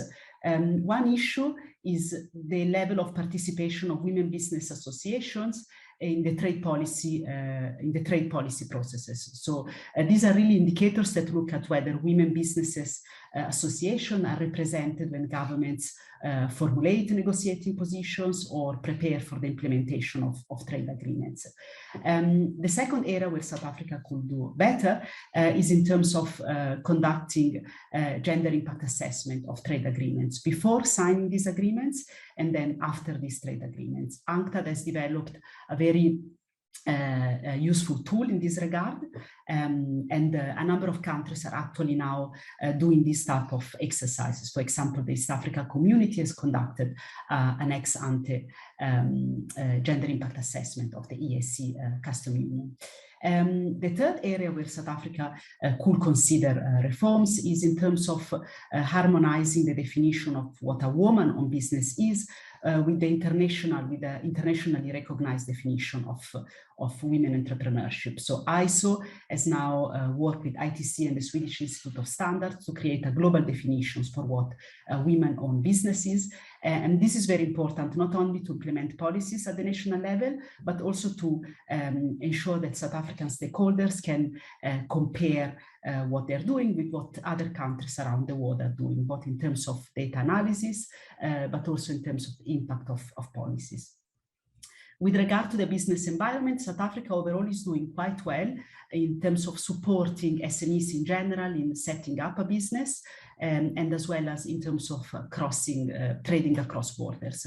We know that trade facilitation is a major issue in Africa, and South Africa, also given its level of development, is doing quite well in this regard. Two areas where we have made suggestions that there could be potential improvements is in terms of collecting gender disaggregated data on which type of companies are taking advantage of these SMEs or trading programs, so that the South African government could make sure that they are tracking how many women are benefiting from the programs, and if necessary, set up specific initiatives, specific measures. And the second one is with regard to public procurement. We know that South Africa has an ambitious initiative here to support gender responsive public procurement. And the first step is obviously to make sure that the government is collecting the correct data on women's participation in public procurement. The major initiative that the South African, one of the major initiatives that the South African government has taken to support women's participation in trade is to join the She Trades Initiative in setting up a hub. So what are hubs? Hubs are decentralized platforms of the She Trades Initiative. In other words, a number of governments have shown a very high level of commitment to this agenda by partnering with the She Trades Initiative, hosting the She Trades Initiative locally. In this case, we had this wonderful collaboration with SIDA to set up a particular, a country-specific platform to support women's participation in trade. So what does the hub do? I will ask, obviously Leah will take over now and explain a bit more what is the plan. But just to say, basically, South Africa has now joined a global network of She Trades hubs in Africa, in Asia, and in Latin America.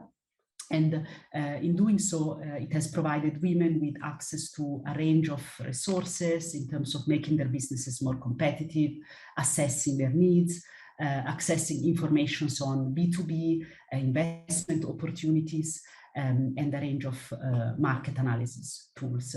It has also provided South African women with access to our platform, but as well as country-specific interventions that will be led by SIDA with support from ITC. I will wrap up here. I apologize again for the technical hiccup. I invite everyone here to register for the SheTrades South Africa Hub at shetrades.com. And over to you, Leah. Thank you.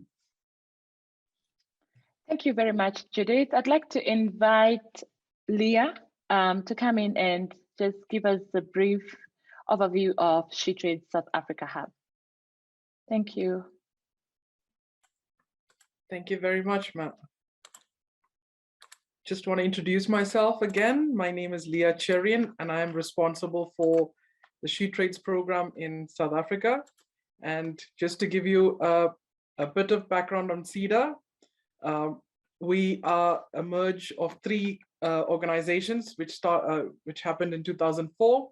And we've got the SIDA technology program also, which deals with incubators.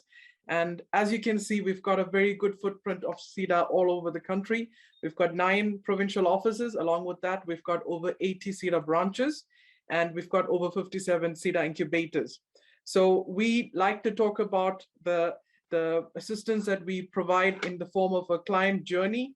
And we have 4 components of that, which is the talk, the start, the build, and the grow. And that is what we have built the SheTrades program on. So to give you a background on how we got the SheTrades Hub to South Africa, in 2019, our President Cyril Ramaphosa identified SMMEs as having a very large role or a key role to play when it comes to economic growth, creating jobs and reducing income inequality. And then one step further was that women were identified as having a very, very important role or a vital role with regards to contributing to that economic growth.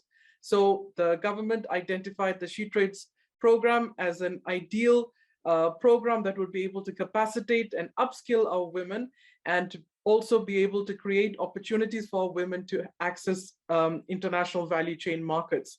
So the SheTrades program came to South Africa through the assistance of the Department of Small Business Development and the International Trade Center.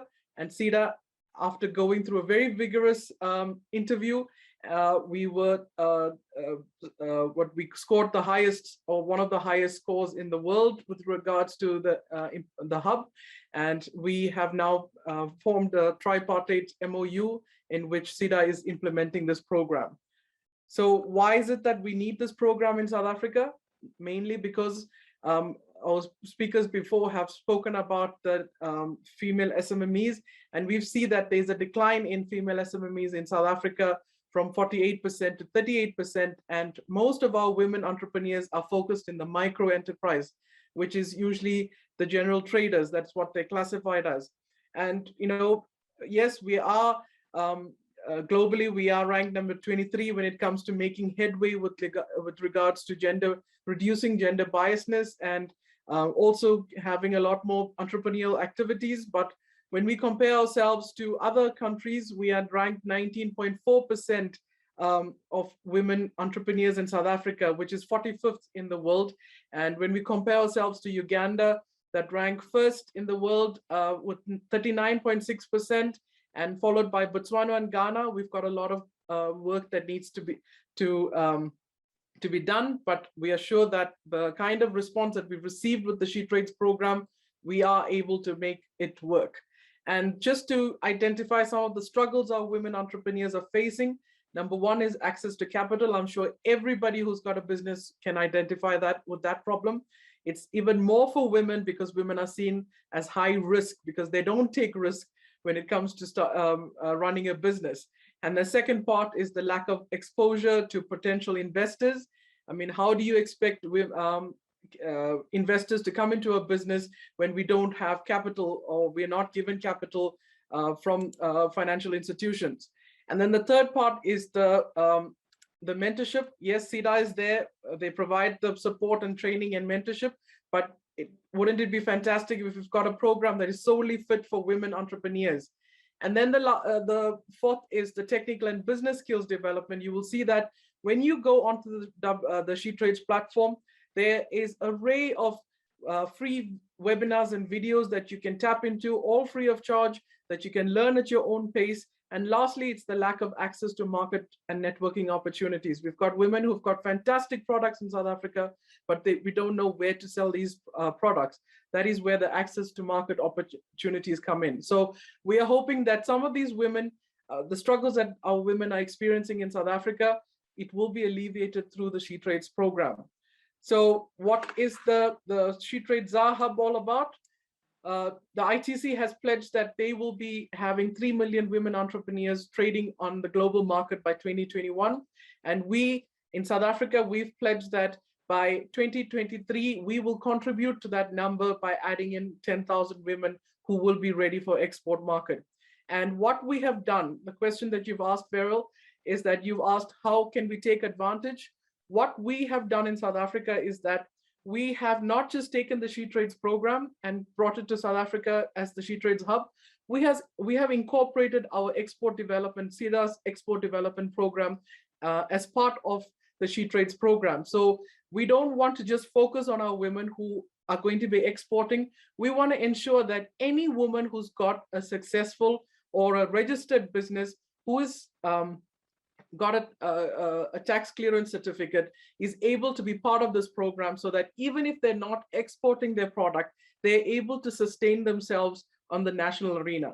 So we want to ensure that we capacitate, we upskill our women to be sustainable within the national arena. And if by any chance they have the potential to export their product or their service, then we move them to the global arena. So that is the whole package that we have given for the She Trades program in South Africa, and the whole approach that we've given also. So this program, we want to ensure that our women are linked up with financial institutions, and also we want to make sure that we provide them the access to market opportunities. So the She Trades program usually has 7 pillars that they focus on, and usually a country or a hub, they normally choose 1 or 2 pillar that they identify with, or the kind of struggles that the women are facing there. They would try and use those pillars to be able to find a solution to that. So we in South Africa, we have chosen number 5, that is enabling market access, and that is going to be the key objective of our program. And what are the objectives of this program? Number 1, we want to ensure that as many women entrepreneurs who've got a registered business are registered on the She Trades Hub. And that is by registering on the She Trades address that Judith had given earlier on. And at the moment, I'm really proud to say that we've got close to 2,000 women who have registered, and that is really a great achievement. Number 2, through this hub, we want to be able to support women. Hi, Leah. Sorry to interrupt you. We are running short of time. We've got 3 more speakers coming on, and we have to close the event in a few minutes, so in less than half an hour. So I'd ask you to just quickly wrap up with 2 key points that you'd like us to take home. Thanks. Okay. We want to give them the export-related activities and the business development services, and like I said, access the global value chains. So the benefits you will see on the She Trades program on the website, and these are the 3 levels that we would like to take you through. The beginning would be the assessment, and we do the basic intervention. The second would be the sector-specific training that is required, and lastly, the fine-tuning with the coaching, and then giving you access to the local and the international markets. Just to give you the criteria for the She Trades program in South Africa, we want you to have at least 51% ownership, or we would love to have 51 ownership, so that you are the voice of your business, 50% minimum South African owned business, and we want you to be the main person who's running the business on a daily basis. And if you've got any questions regarding the She Trades program, please do not hesitate to contact me on the following email addresses: for shetradesa@sida.org.za, and the Women in Trade at Intrasend, that is She Trades email address. I thank you for this opportunity. Thank you so much, Leah. I'm not going to take any more time. We are going to be sharing the slides.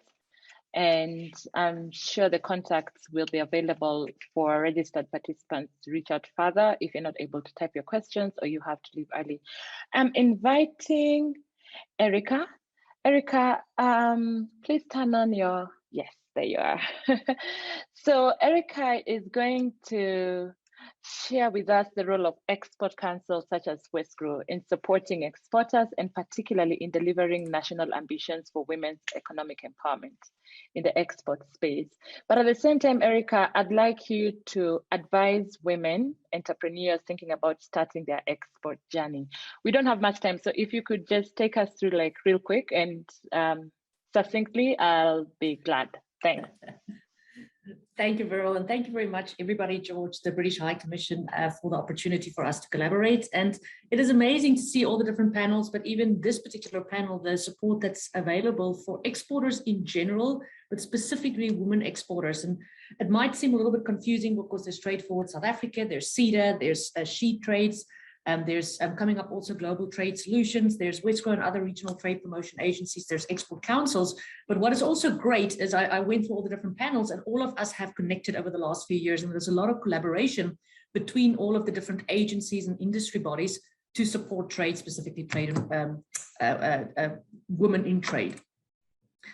I'm quickly just going to go through WESCRO's official tourism, trade and investment promotion agency for the city of Cape Town and Western Cape.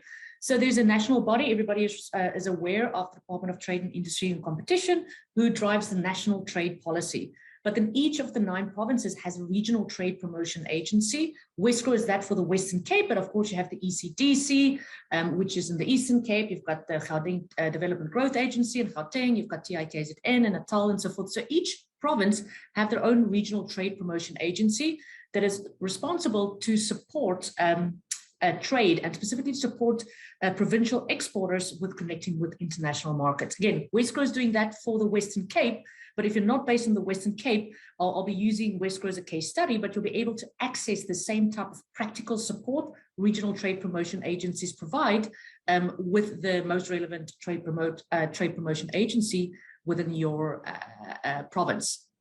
Most of the trade promotion agencies, they get funded through provincial or city government. WESCRO is funded through the Western Cape Department of Economic Development and Tourism, as well as the City of Cape Town, as well as the Western Cape Department of Agriculture. And our mandate is largely to impact the economy in a positive way and to create jobs. And we do that through different teams, tourism, trade, investment, and so forth.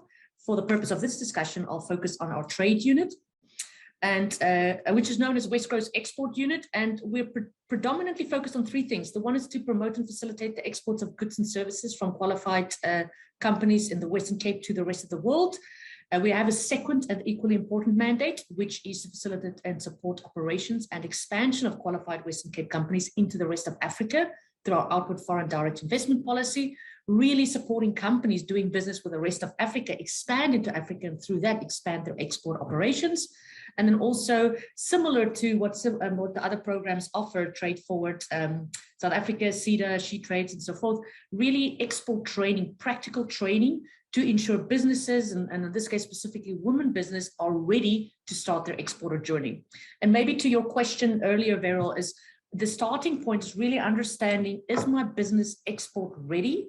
And do I have the tools to be able to become a successful exporter? So what I will advise a woman entrepreneurs to do is looking at their business and then reach out to the different organizations and support structures available through CEDA, through She Trades, through regional export promotion agencies, reach out to WESCRO, reach out to Trade Forward Southern Africa to do that export readiness check and understand, am I export ready, and what that would be for my business, because it really can open up a lot of opportunities for individuals.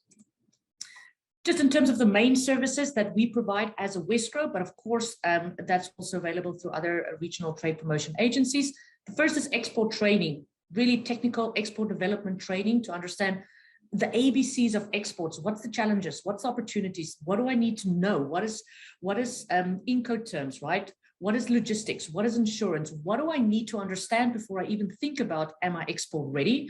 And what we also, in addition to the normal training, which takes about a week or 2 weeks, depends on the program, we also offer mentoring International mentoring through a POOM program, as well as local mentoring, where we support businesses in not only with business support, but specifically export support.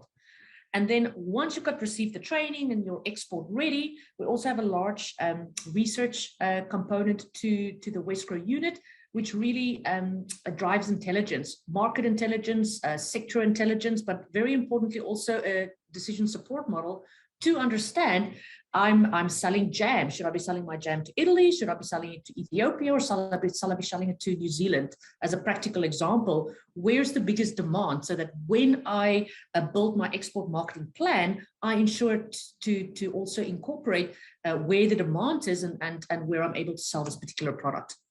And then, of course, very similar to the session, we're doing a lot of networking sessions, information sharing sessions, awareness sessions, in order for business to understand what is the export opportunities, what's the export challenges, what is the different trade agreements, what do I need to take into account, and what do I need to learn when I start or even continue my export journey.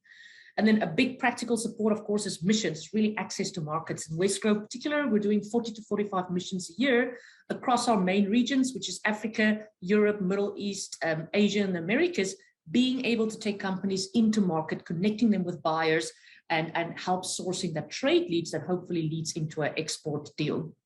I'm quickly moving on, and this is going to be pretty brief. It's just some of the examples. Last year, of course, COVID happened. Everybody had to pivot, and there's a lot of challenges. But what we've also learned, there's a lot of challenges, yes, but it also created a lot of opportunity.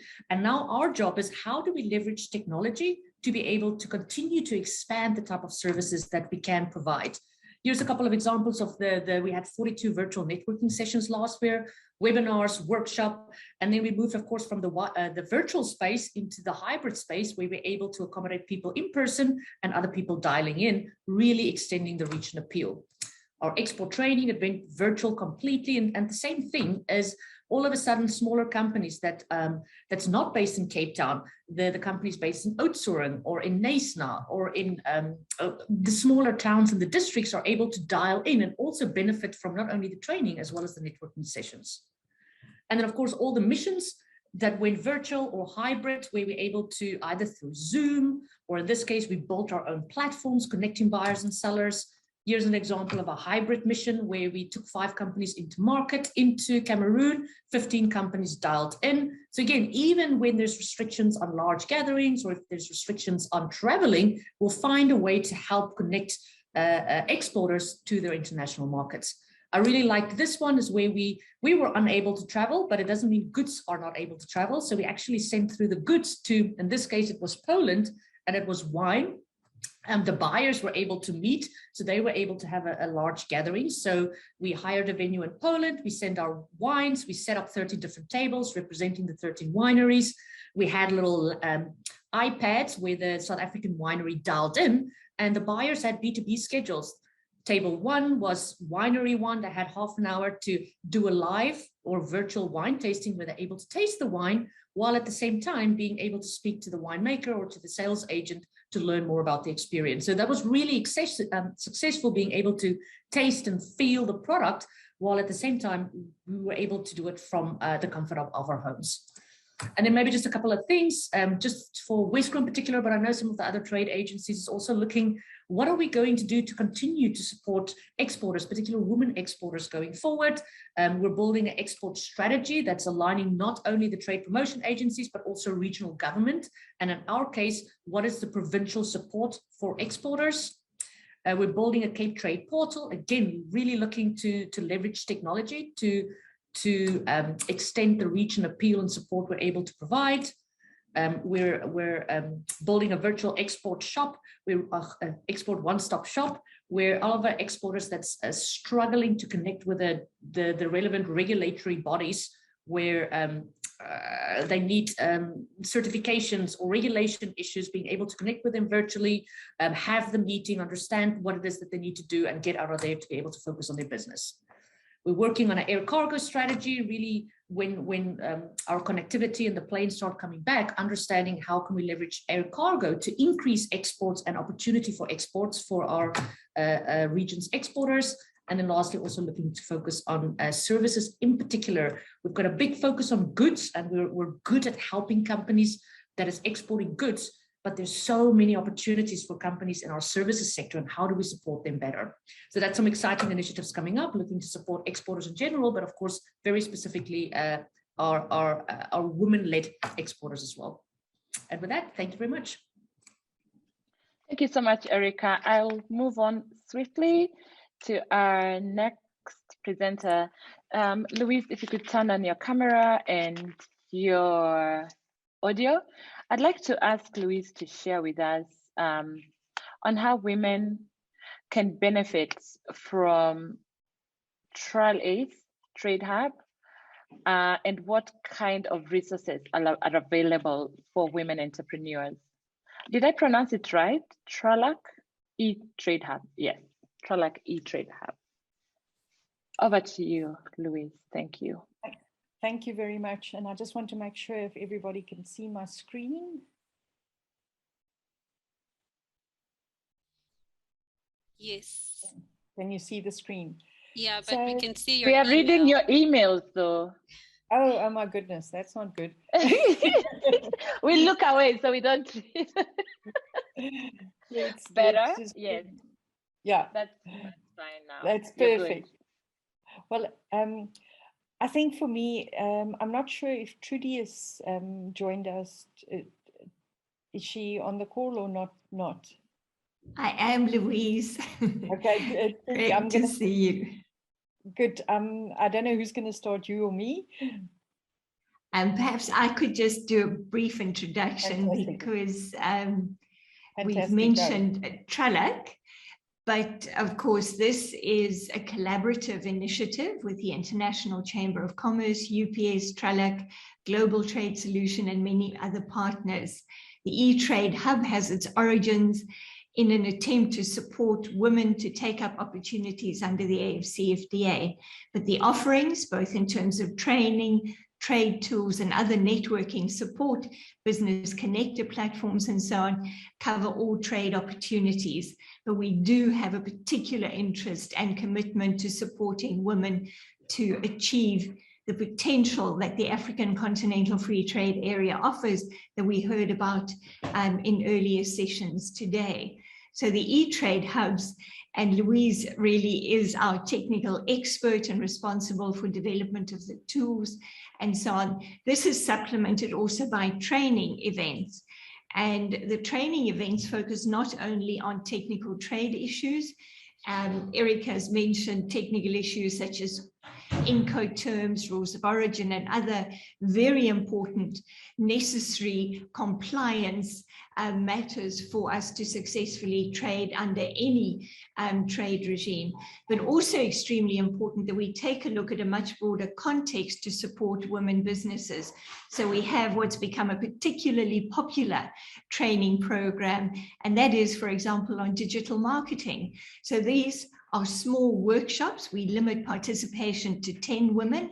It lasts an afternoon or a morning, and we literally work through the development of a digital trade strategy, looking at the opportunities, but also how to leverage the presence on various platforms and taking advantage of the opportunities that digital trade solutions now offer. Most important, of course, is access to the terms and conditions on which we trade. And this is where the trade tools become particularly important. But before I hand over to Louise, also very important to keep in mind that we are supporting women to take advantage of opportunities of some of the mega trade fairs and business development platforms that are available. So in less than a month, we will be in Dubai at Expo 2020, and you'll find details of the one-day event that we will have at the Women's Pavilion on the 16th of October. Please look out for that. It's a hybrid event, so some of us will be in Dubai, others will be dialing in to that event. There are some master classes on particular issues related to taking up trade opportunities. And then, of course, very important for us all on the continent is the Intra-Africa Trade Fair towards the end of November. We will again be in Durban. We'll be joining many of you, many of the organizations represented here, to promote trade under the AFCFTA for women. So Louise, without further ado, great pleasure to hand over to you to give some idea, a window into the practical training support, the tools that we offer women traders under the AFCFTA, but also opportunities for women to take up opportunities irrespective of where those may be in the global economy. Thanks so much, Louise. Thank you very much, Trudy, and thank you to the British High Commissioner and to all the wonderful ladies that we have met over the last 8 or 9 months. I think Erica is one example. We harassed her, we met with her, we stumbled over Leah. So it's really fortunate today that we seem to be now connecting the dots and creating this ground wave of women holding hands and being able to work together and helping each other. I think it was quite funny when Shanaz and Sineli was talking, and being a woman founded business as well. I've learned over the years, it's not necessary that I don't know everything, but I really know who to phone. And I think that is a critical thing that we as women need to start to understand and harness the power of the collective and walk together. Now, I know that we're under a bit of time constraints, so I'm going to keep it quite short. E-Trade Hubs, as Trudy mentioned, was really developed with a focus on providing certain information and tool sets to women traders, and also to provide training, which is very important. And I think here you'll see from the She Trade Hubs and also from the Trade Forward that we provide in sometimes similar instances, the same information, but and very often quite different information. So the main focus areas that we've got is really around tariff information. And again, here, what we're trying to do is to make it very practical, that people, the specific information that they need, they can access this very, very easily. Very importantly, we've got a duty estimator. Anybody, I think Shanaz said she didn't know how to start exporting. Shanaz, this is probably your first stop. You need to know how much it's going to cost you to take stuff into various countries. And this is a tool set that we've developed to help you with that exercise and to assist you. Over and above that, we've also got all the information you need to actually enter into the country. And here, Erica, would be nice to discuss with the developments that Wesgro has got in terms of getting the right information to everybody. Very important for us is trade management. And every time Wesgro talks, I get a smile on my face because Melinda Dupree, that is responsible for the export training, was actually firstly a client and then a colleague and then an incubator from our perspective. And I'm very proud to say, even if I contributed a little bit to get her to where she is today, she has really made us proud. So our trade management tool is really where the rubber hits the tar. This is how do you actually do a pro forma invoice? How do you do a commercial invoice, packing list? What is your customs requirements? What do you need to get stuff through the border posts quickly? And what is also your requirements to get the stuff into the other country? So this is a very nice tool, very hands-on tool. So all the stuff that somebody like Melinda will teach you, you actually can apply it here and actually use that information in this area. As Trudy mentioned, we've also got some resources, and then very, very importantly is our events. One of our most enjoyable events and overbooked events has been the social media marketing course that we've been doing, but we've also done quite a lot of other courses. And again, just like the She Trade program, these courses are available, are for free. They are run very, very focused on specific subjects with some world experts participating in it. And I can really recommend that you should reach out to us, and anytime that you need information or need access or assistance, it would be great to assist you. just to give you an idea, we launched in April. We've had some very good foot traffic through the portal, and it's all online and all for free. So this is our website. Please come and visit us, and also reach out to us if you need more information. Thank you very much, and thank you again for the opportunity to present. Thank you very much, Bernadette. Quickly rushing this through, I'd like to invite, sorry, Louise, I'd like to invite,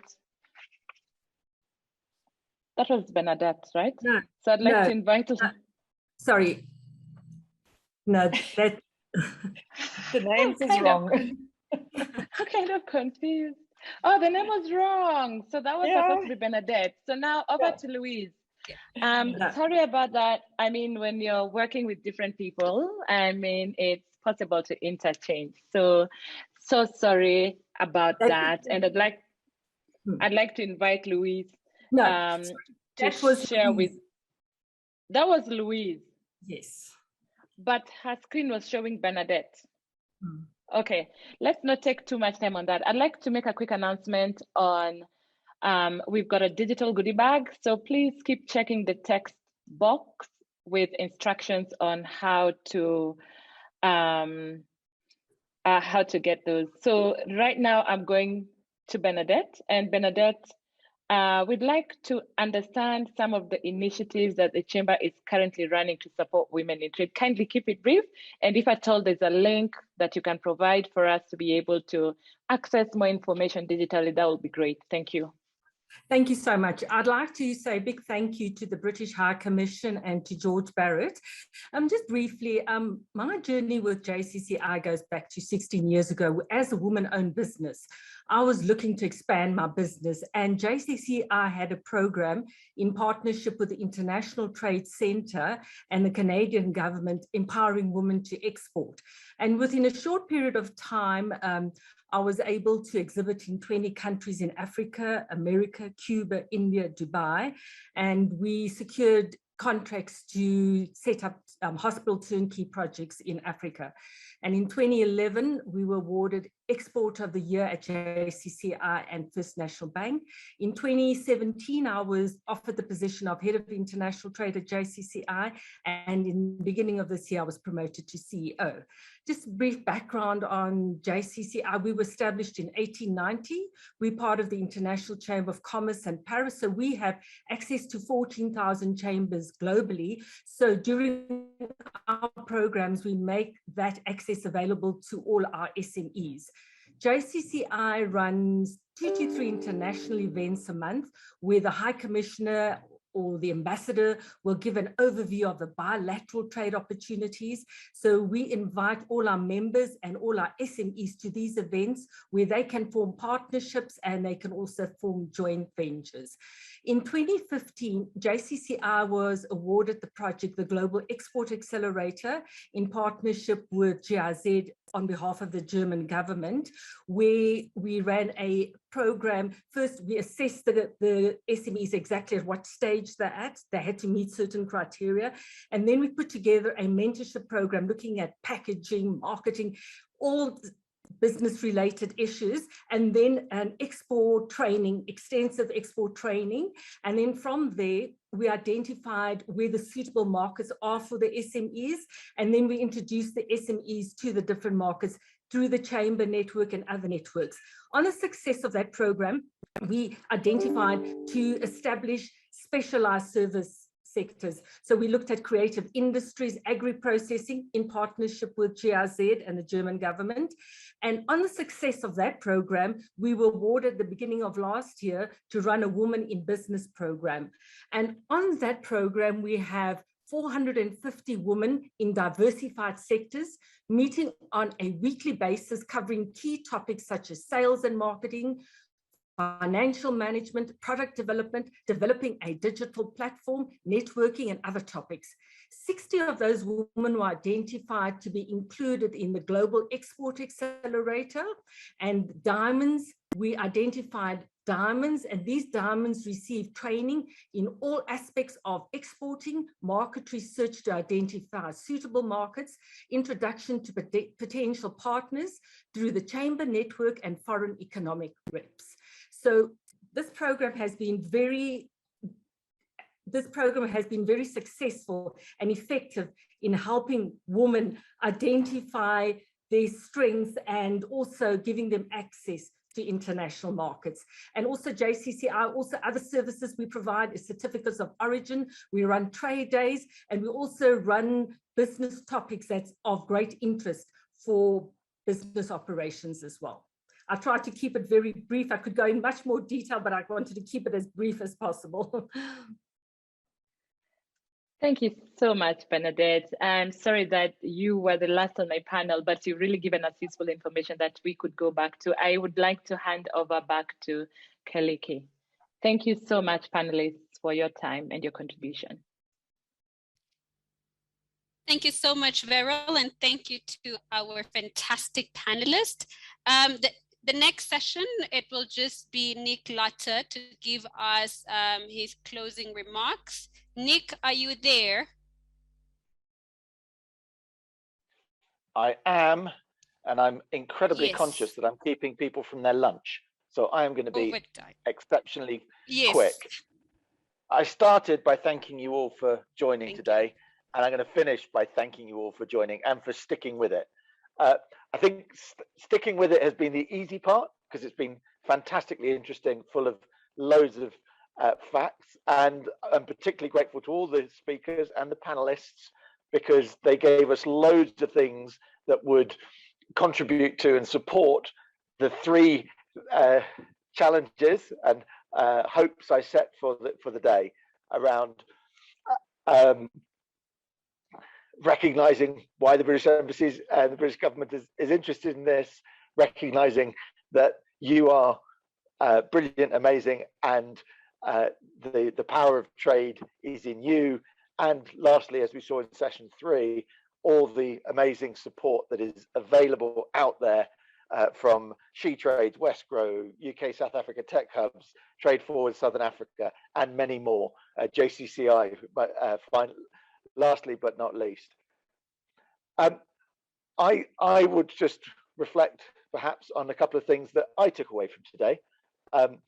And the first one really was about how much agreement and coherence there was around the need for support.